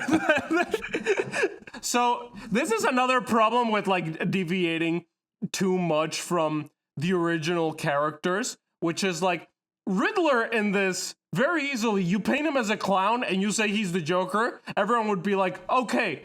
You know, like we're getting to a point where these characters are just generic crazy and we're losing their specific thing. Troy is snapping an agreement, by the way. Testify. Listeners. Thank you. To me, that is also comes through a little bit with this incarnation of Mr. J. Whatever little we see of him is like, he laughs, but he didn't really leave any impact on me, except that, like, I think his design is fucking terrible. In this Riddler scene, he's just hinting. He's like, they say you're a clown. Wah! Hey, it's not so bad to be a clown. And then the Riddler's like, yay! And I'm like, I hate this Riddler. And then they start dancing and laughing in their cells. They do a DreamWorks dance party. And they start smearing the wall with shit. In protest of the troubles. And the Joker's like, whoa, okay, calm down. Right. Yeah. You're mad, Riddler. And we go back to Batman 66, where the Joker's selling the Riddler. Come back! Yeah, so we don't really get to see his face, other than that it's kind of fucked up looking in this one shot. But later on, they would release the entire scene. Like a week after the movie. Yeah, a couple weeks after the movie, because Matt Reeves went out in a press junket thing. I just watched the interview, and his idea of leaving in the scene, even though he took out the Joker, Hannibal Lecter, Manhunter scene in the middle of it, is that he felt that the the threat that Catwoman says to Batman, where it's just like everything is going to just end up going to shit anyway. Like now there's going to be a power vacuum and people are going to take over.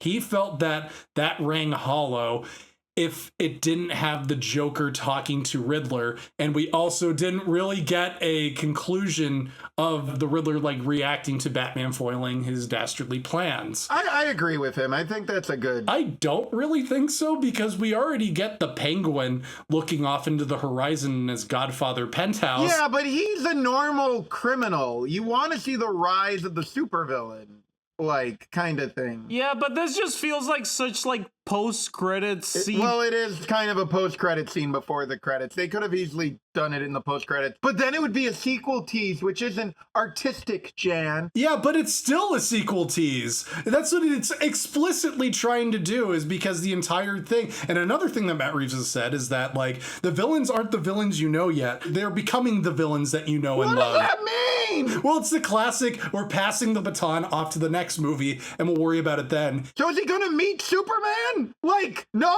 Okay, then who cares? Because also the deleted scene of the Joker in this already establishes that he's already Batman's arch nemesis. But Matt Reeves is adamant that he's just had a run-in. He's gonna become the Joker later on, but he's already been apprehended by Batman, and he's already friends with him.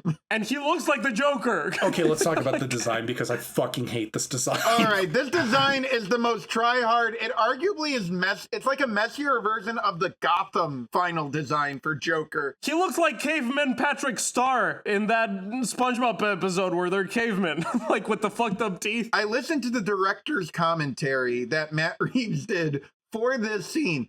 And again, we kind of noticed at the time that this scene was being analyzed more and treated with more respect than the actual movie, because people just love the Joker. Love that Joker. Love that Joker. That's why we're here. And Matt Reeves was like, you know, we really thought about it, and we went back to, you know, the original inspiration for Bob Kane and Bill Finger, which was Conrad Veidt in The Man Who Laughs, where the Joker is born...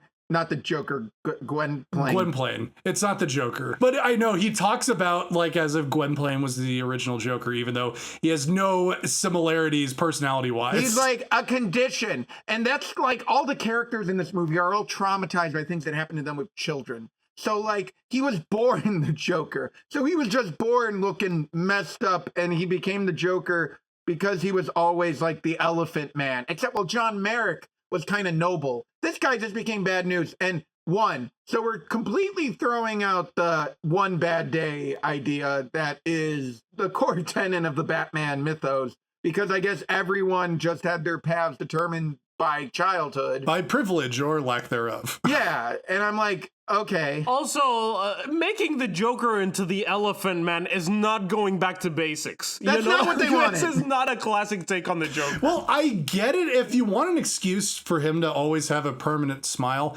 fine. But why does he need to have herpes all over his body?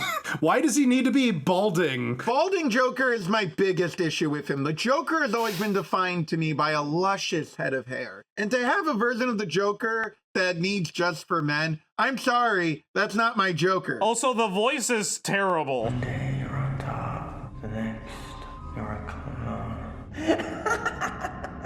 It sounds like if Spaghetti Guy from Killing of the Sacred Deer was the Joker, and I'm like, that's true. Yeah, say that. Again, casting is important.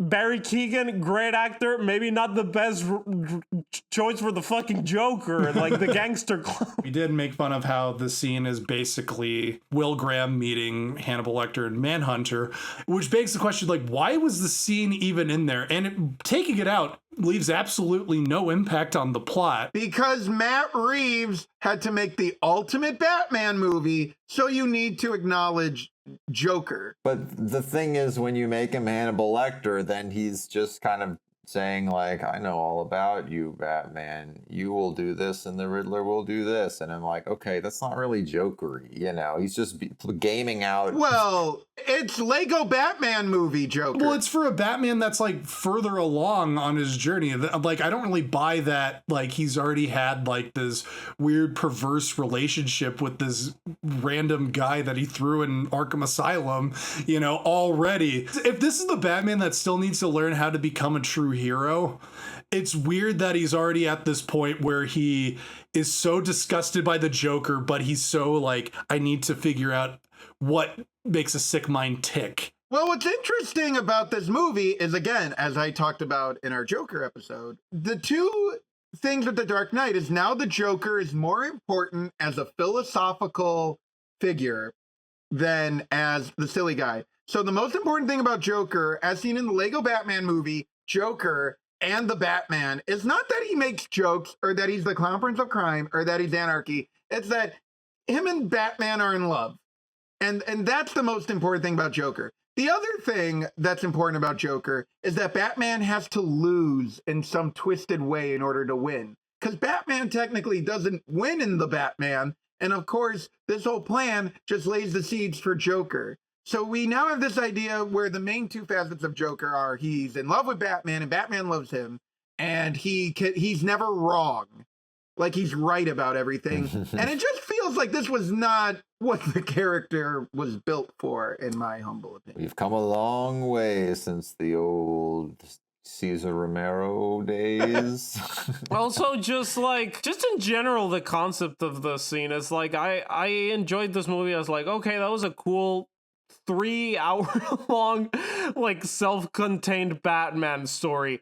But then we really have to have like a, what if we have a league of our own kind of like ending with a fucking fake dollar store Joker, you know, play. I don't dig it. Maybe I'll be eating my words in Batman 2 and he's like amazing, but I'm skeptical. Before we get into final thoughts, but we can do a minor sidebar because Jake did get me to listen to a thing about the look of this movie, which seems to be a lot. Oh my God, we did end up needing a sidebar about the cinematography. Yeah, I keep my promises. This is a Joker's promise, and I'm keeping it. Well, our past cinematography sidebar was about Skyfall, of course. This film, I think, is like Roger Deakins' like favorite movie in like many years, The Batman. Oh yeah, I did hear that. He was like, "This should have won the Oscar." Yes, of course. He says this, and he's tight with Greg Fraser, the DP. Is it pronounced Greg? I believe so. Well, isn't it spelled with an I? Grieg. Wait. Is it because he's a cinematographer and he has an eye for lighting and composition? You get a solid punchline drum roll for that one. A solid. He has a single eye because this movie's very dark. Yes, also the DP of Dune, and I think a lot of the tricks kind of blended over between the two, but yes, It is kind of funny.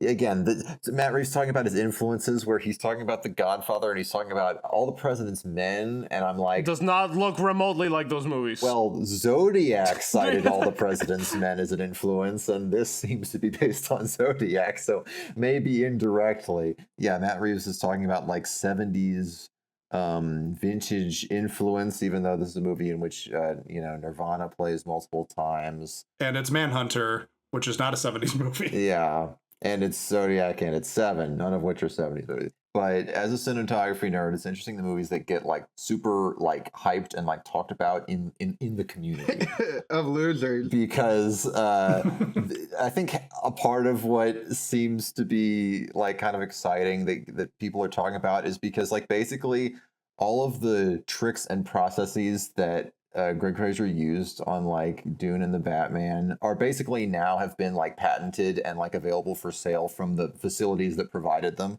So if you go to Photochem and you're making your movie there, you can ask for the Batman sauce, which is basically that they shoot it on the Alexa and then they do a bunch of crazy color correction and then they print it onto film and then they do film processing to do a little bit of a bleach bypass, which is famously what they did in Seven, and then it goes back to digital, and then they do even more trickery. It's what they did in Dune, no? But to a little bit more of a psychotic scale. Yes.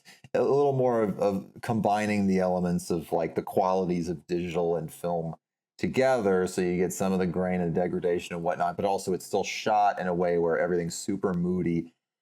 Like, obviously The Godfather is a thing, but like Gordon Willis was playing a dangerous game, right? Because the fact is, if you shoot everything in like the bottom 20% of exposure, there's a 50-50 chance you get nothing, right? There's just not going to be an image on film. So you can do that confidently in digital, and then you can get this look. Matt Reeves, I guess, wanted it to be super funky. He wants to make it as unpredictable looking as a movie in the 1970s would be, because you'd have like all these outside, like either the process of developing the film or weird lens things, and then Matt Reeves basically built in the workflow of this movie to make as many mistakes as possible so that it has a weird organic fucked up feeling to it. It's weird when they do that, but the movie is so like, again, it's like kind of methodical. Like you get this Finchery thing where it's shot like it's very stagged, it's very controlled, there's a million angles. So I think that's a different direction. It crossed my mind today, a more complicated version of what they did on Mank, where it's like, we want to make a movie that feels like it's Citizen Kane, but they just made a normal David Fincher movie and then put the filters on the end. Literally, and they downloaded a film scratch overlay from YouTube and put it on top of the timeline. But I see why they did it this way, because it's like, if you want your movie to have the shallowest depth of field ever and be 2 stops underexposed the entire time, you probably want a monitor to see what the fuck you're doing. So do that on digital, then give the texture with a film pass, and then bring it back to digital. Yeah, it's kind of a confluence of a lot of like modern trends. I think it's a pretty successful version of that, but obviously, I like my classic Wally Pfister, shoot movies again. Where have you gone? He made the best movie of 2014. What more can you expect? Well, you could say that he transcended to a higher plane. Yeah, you transcended into director. While we're talking about the cinematography, I do think this is something to talk about. This movie made a lot of news at the time of using the volume. And unlike other movies from the same time, like Thor, Love and Thunder, and other movies, most people considered it the best use of the volume. What do we think about the use of the volume in this movie? Because I don't know. At a certain point, I'm just like, it's just Batman and Catwoman standing on like a roof. Really, it's just that one set, from what I understand. But they keep going back to it. I mean, the thing with the volume is that it's really just like, we've had green screen, we've had rear projection, front projection. Like, we've had different versions of this thing, and this is just the newest version of that thing. And like, you see some rear projections in old movies that look terrible and some that look seamless, and here it looks good. I think it didn't blow my fucking mind, but yeah, this is probably one of the most successful uses, and it's because, like, I think the lighting. It's not a Star Wars show where it looks just like, we put dirt on the ground and then we just like generated everything else. Yeah, and it's worth noting that I've heard Greg Fraser talk about this as well, because he was involved in season 1 of The Mandalorian, and he is acutely aware of all the things the volume can't do. And he will complain about it because it's got a long way to go, I guess, because each of these things has limitations. I mean, if you're going for a certain style, there are definitely scenarios where green screen is more easy to get a certain look, depending on the kind of shot you're trying to do. But I think this is probably the best use of it. The volume as it exists today, where you want the ambient light, not hard sunlight, because it can't do that, and not deep focus because it can't do that. You have to have shallow focus, like magic hour, and have it incorporated into an actual set. They're not just standing in front of a TV, That's exactly the thing. It's like, the real thing why you want to use the volume is like, oh, there's this green screen thing that we want to do, but we also want like the light of the environment that we're going to put in reflecting on the actors, and also reference for camera and lighting. That's when you use the volume. You don't just use it for like, We should shoot in a desert, but we don't really want to. Why don't we just put, like dirt on the floor and then, know? Yeah, when they go like, the deserts of Tatooine, which are like super bright and high contrast. Well, let's do a version where that's physically impossible, so it's just gray now, Yes, I agree. And again, there were COVID limitations, but again, that does come to... This movie is really about the soul of Gotham, which I think it is. Having the one time you really see the skyline feel like another interior, which is how it does kind of feel. Again, I think the movie loses something in scale, because when you really think about what happens in the movie, it's not that much more large scale than what happened in The Dark Knight. There's a flood, there's big political events, but it just doesn't feel like Gotham's as much of a character. Like, where are the skyscrapers? But I kind of like how small scale it is. Hey, there's Little Caesars advertisements. I kind of like that. I don't know. It feels more like an offshoot adventure. It definitely feels smaller for sure. We're kind of going into final thoughts, but it's the James Bond dilemma, right? If there was a TV show, you could almost do whatever you want and people will accept it. If it's a movie, again, this was the first Batman movie in like 9 years. And like to have it feel so small despite being 3 hours long, or like it's not really trying anything too new or too overwhelming. Like it doesn't feel like an event to me. And I feel like Batman, movies in general have some responsibility unless they're like very well written and well directed and about great acting, which we cannot guarantee that with Batman. They should have some sort of like oomph to them. And when I saw this movie, it really just felt like I had seen a good episode of a TV show. And now everyone's like, aren't you excited for more of the TV show? And I'm like, every 5 years?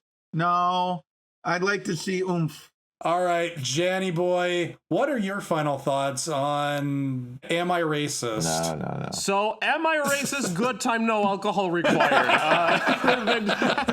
The Joker in this did not fucking impress me. Like we said, we only see his face and a little bit of his eyes and everything, but from what I could tell is not great. The design is pretty fucking ass. I hate how he's included here in the post-credit scene before the credits. I'm gonna give this Joker 4 out of 10. Well, I can't go lower because we've barely seen any of him, so it's not good, but I'll give him a chance. Sorry, Mr. J. The movie is good. I think it's a weird one because, like we've said before, it's a movie that I really enjoy watching mostly for its style, even though it's kind of fundamentally broken at its core, right? The look of it, I think, is pretty fucking cool. Like, do they overdo it sometimes with how dark it is? Sure. But I still think, yes, we've been talking about the cinematography, about the shot placement, about the depth of field, all that stuff is super, super cool. Unlike Troy, I actually really love how Gotham looks here, I love how gothic it goes, and unlike Matt Reeves, who thinks that this movie's good because it's so realistic, I think it's good because it's kind of like fantasy, high reality, but also kind of grounded, I don't know. It's kind of like this movie is kind of like a 1 step forward, 2 steps back kind of thing, where it's I enjoyed it. I think the style brought it home for me, and it's entertaining for the most part. So I'm gonna give him a solid 7 out of 10. Whoa, Mr. Paul. Okay, this Joker is an NA, not applicable. The Manhunter scene, that's out of bounds. That's not in the play field. That is a deleted scene. He's not even, barely even in focus. We get an eye. And his mouth. But don't you get it, Paul? You wouldn't realize until the end of the scene, because it was out of focus, that it could be maybe a version early of the Joker. I guess so. The movie, it's okay, but it's basically it's like the worst Joker movie ever. There's no Joker. I don't know. I will say that I think this is far from the worst movie we've covered for this podcast. I like this movie, but I think this is the only movie we've covered on this podcast where I did pause it and take a nap in the middle.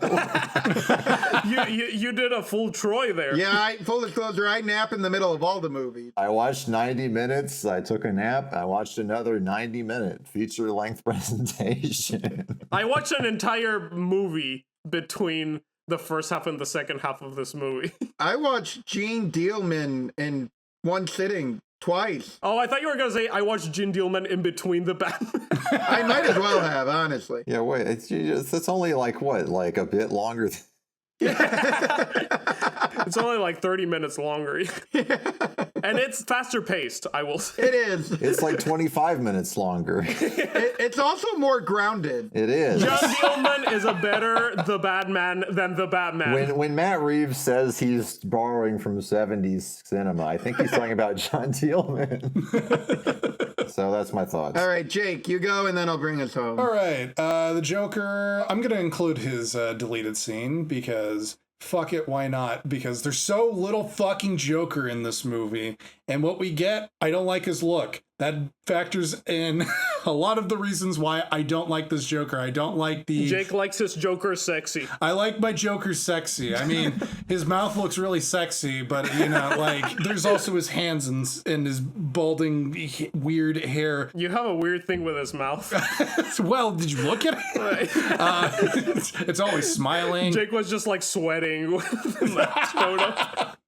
Well, it's that Barry Keoghan magic. No, I don't like this version of the Joker. I think it's very try-hard in its look. In terms of personality, it's serviceable, but it's kind of just like an afterthought. Like I said, it's weird to have Joker pop up and he's already the arch nemesis, or bad enough where Batman is consulting him. And his scene at the end feels tacked on. I give this Joker a 5 out of 10. Maybe he'll be better in the Batman Part 3 or the Joker Arkham Asylum show that's never going to be made.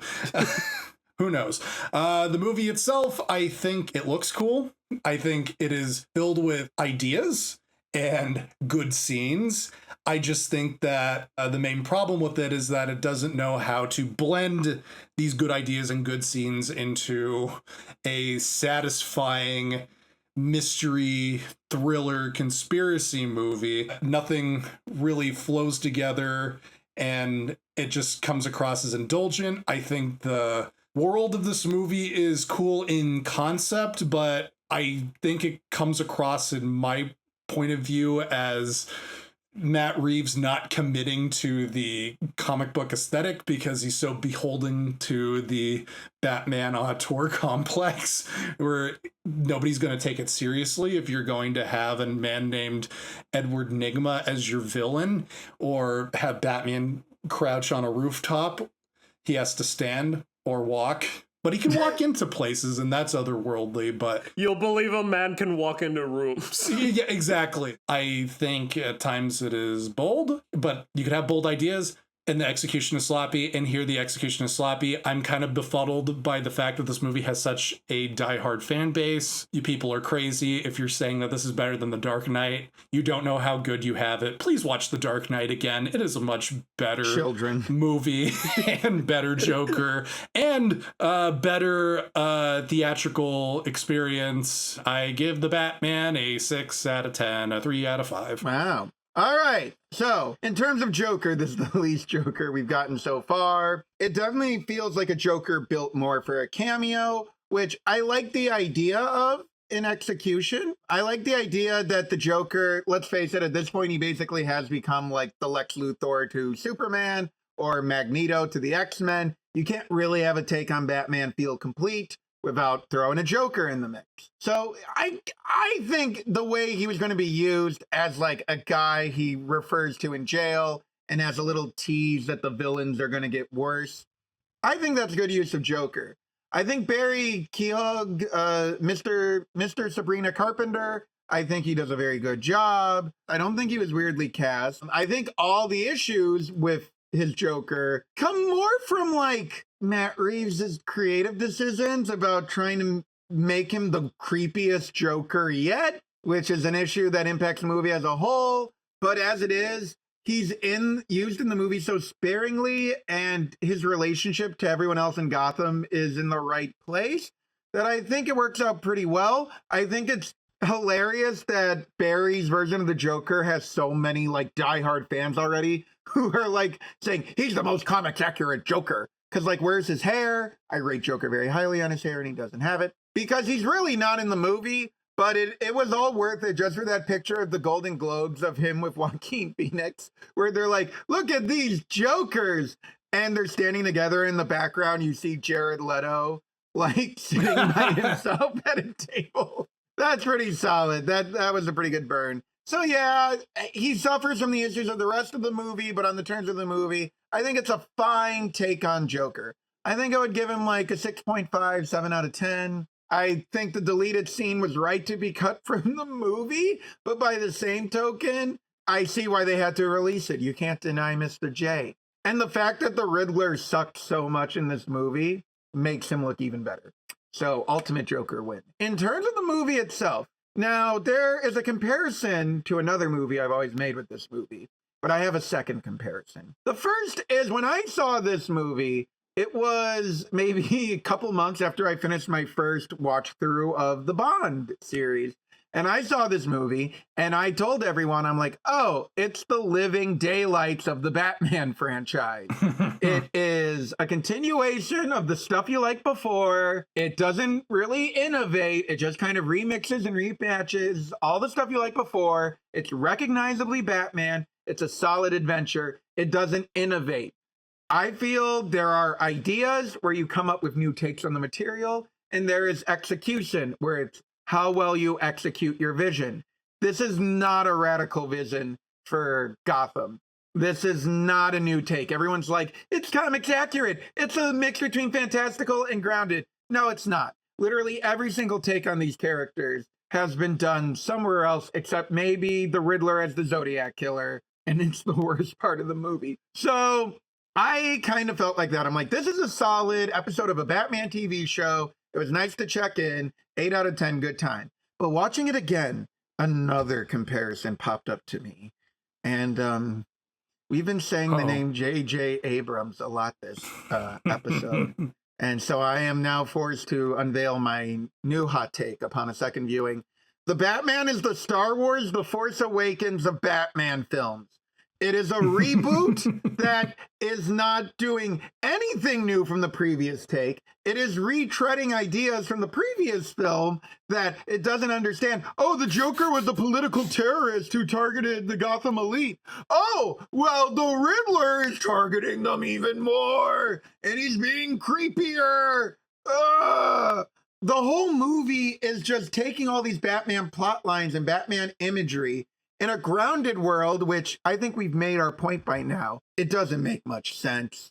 And I really don't think it has a lot to go in the future, much like The Force Awakens didn't leave a lot of ground to cover in the future, because it's just kind of going after that Batman nostalgia instead of doing a new take on the character, which doesn't have to be a radical departure from the comics. Batman the Animated Series is a new take on the character, while being very faithful. It goes in its own direction. It reformats the characters into a brand new story that feels completely original while completely faithful to the characters. The Batman is just a procedural. It's a procedural where you know who did it, you know what the movie is saying about what it's going to say. The substance is all warmed over leftovers. There's nothing new to say here. But much like Star Wars The Force Awakens, every time you watch it, you're like, boy, it sure looks pretty. And boy, that score really sings in the right moments. Again, ideas versus execution. I don't think this movie has a lot of ideas. I'm gonna watch the Penguin TV show. I'm not excited for the series. If the alternative is an Andy Muschietti Batman movie, then yeah, I guess this will be the better one. Yay. But like, I don't get the point of just reheating Christopher Nolan's leftovers and as Jake said, reheating Frank Miller's leftovers and not tackling all the amazing things Batman can be. But you know, the music is great. The score is great. The characters are what you expect. They're all pretty solid. I enjoy it in the moment. It entertains me at the time, much like The Living Daylights. But much like the Timothy Dalton era of James Bond, I'm not interested in seeing it continue after this. What are you going to do? Make Clayface the Zodiac Killer? They're going to make Scarface and Ventriloquist the Zodiac?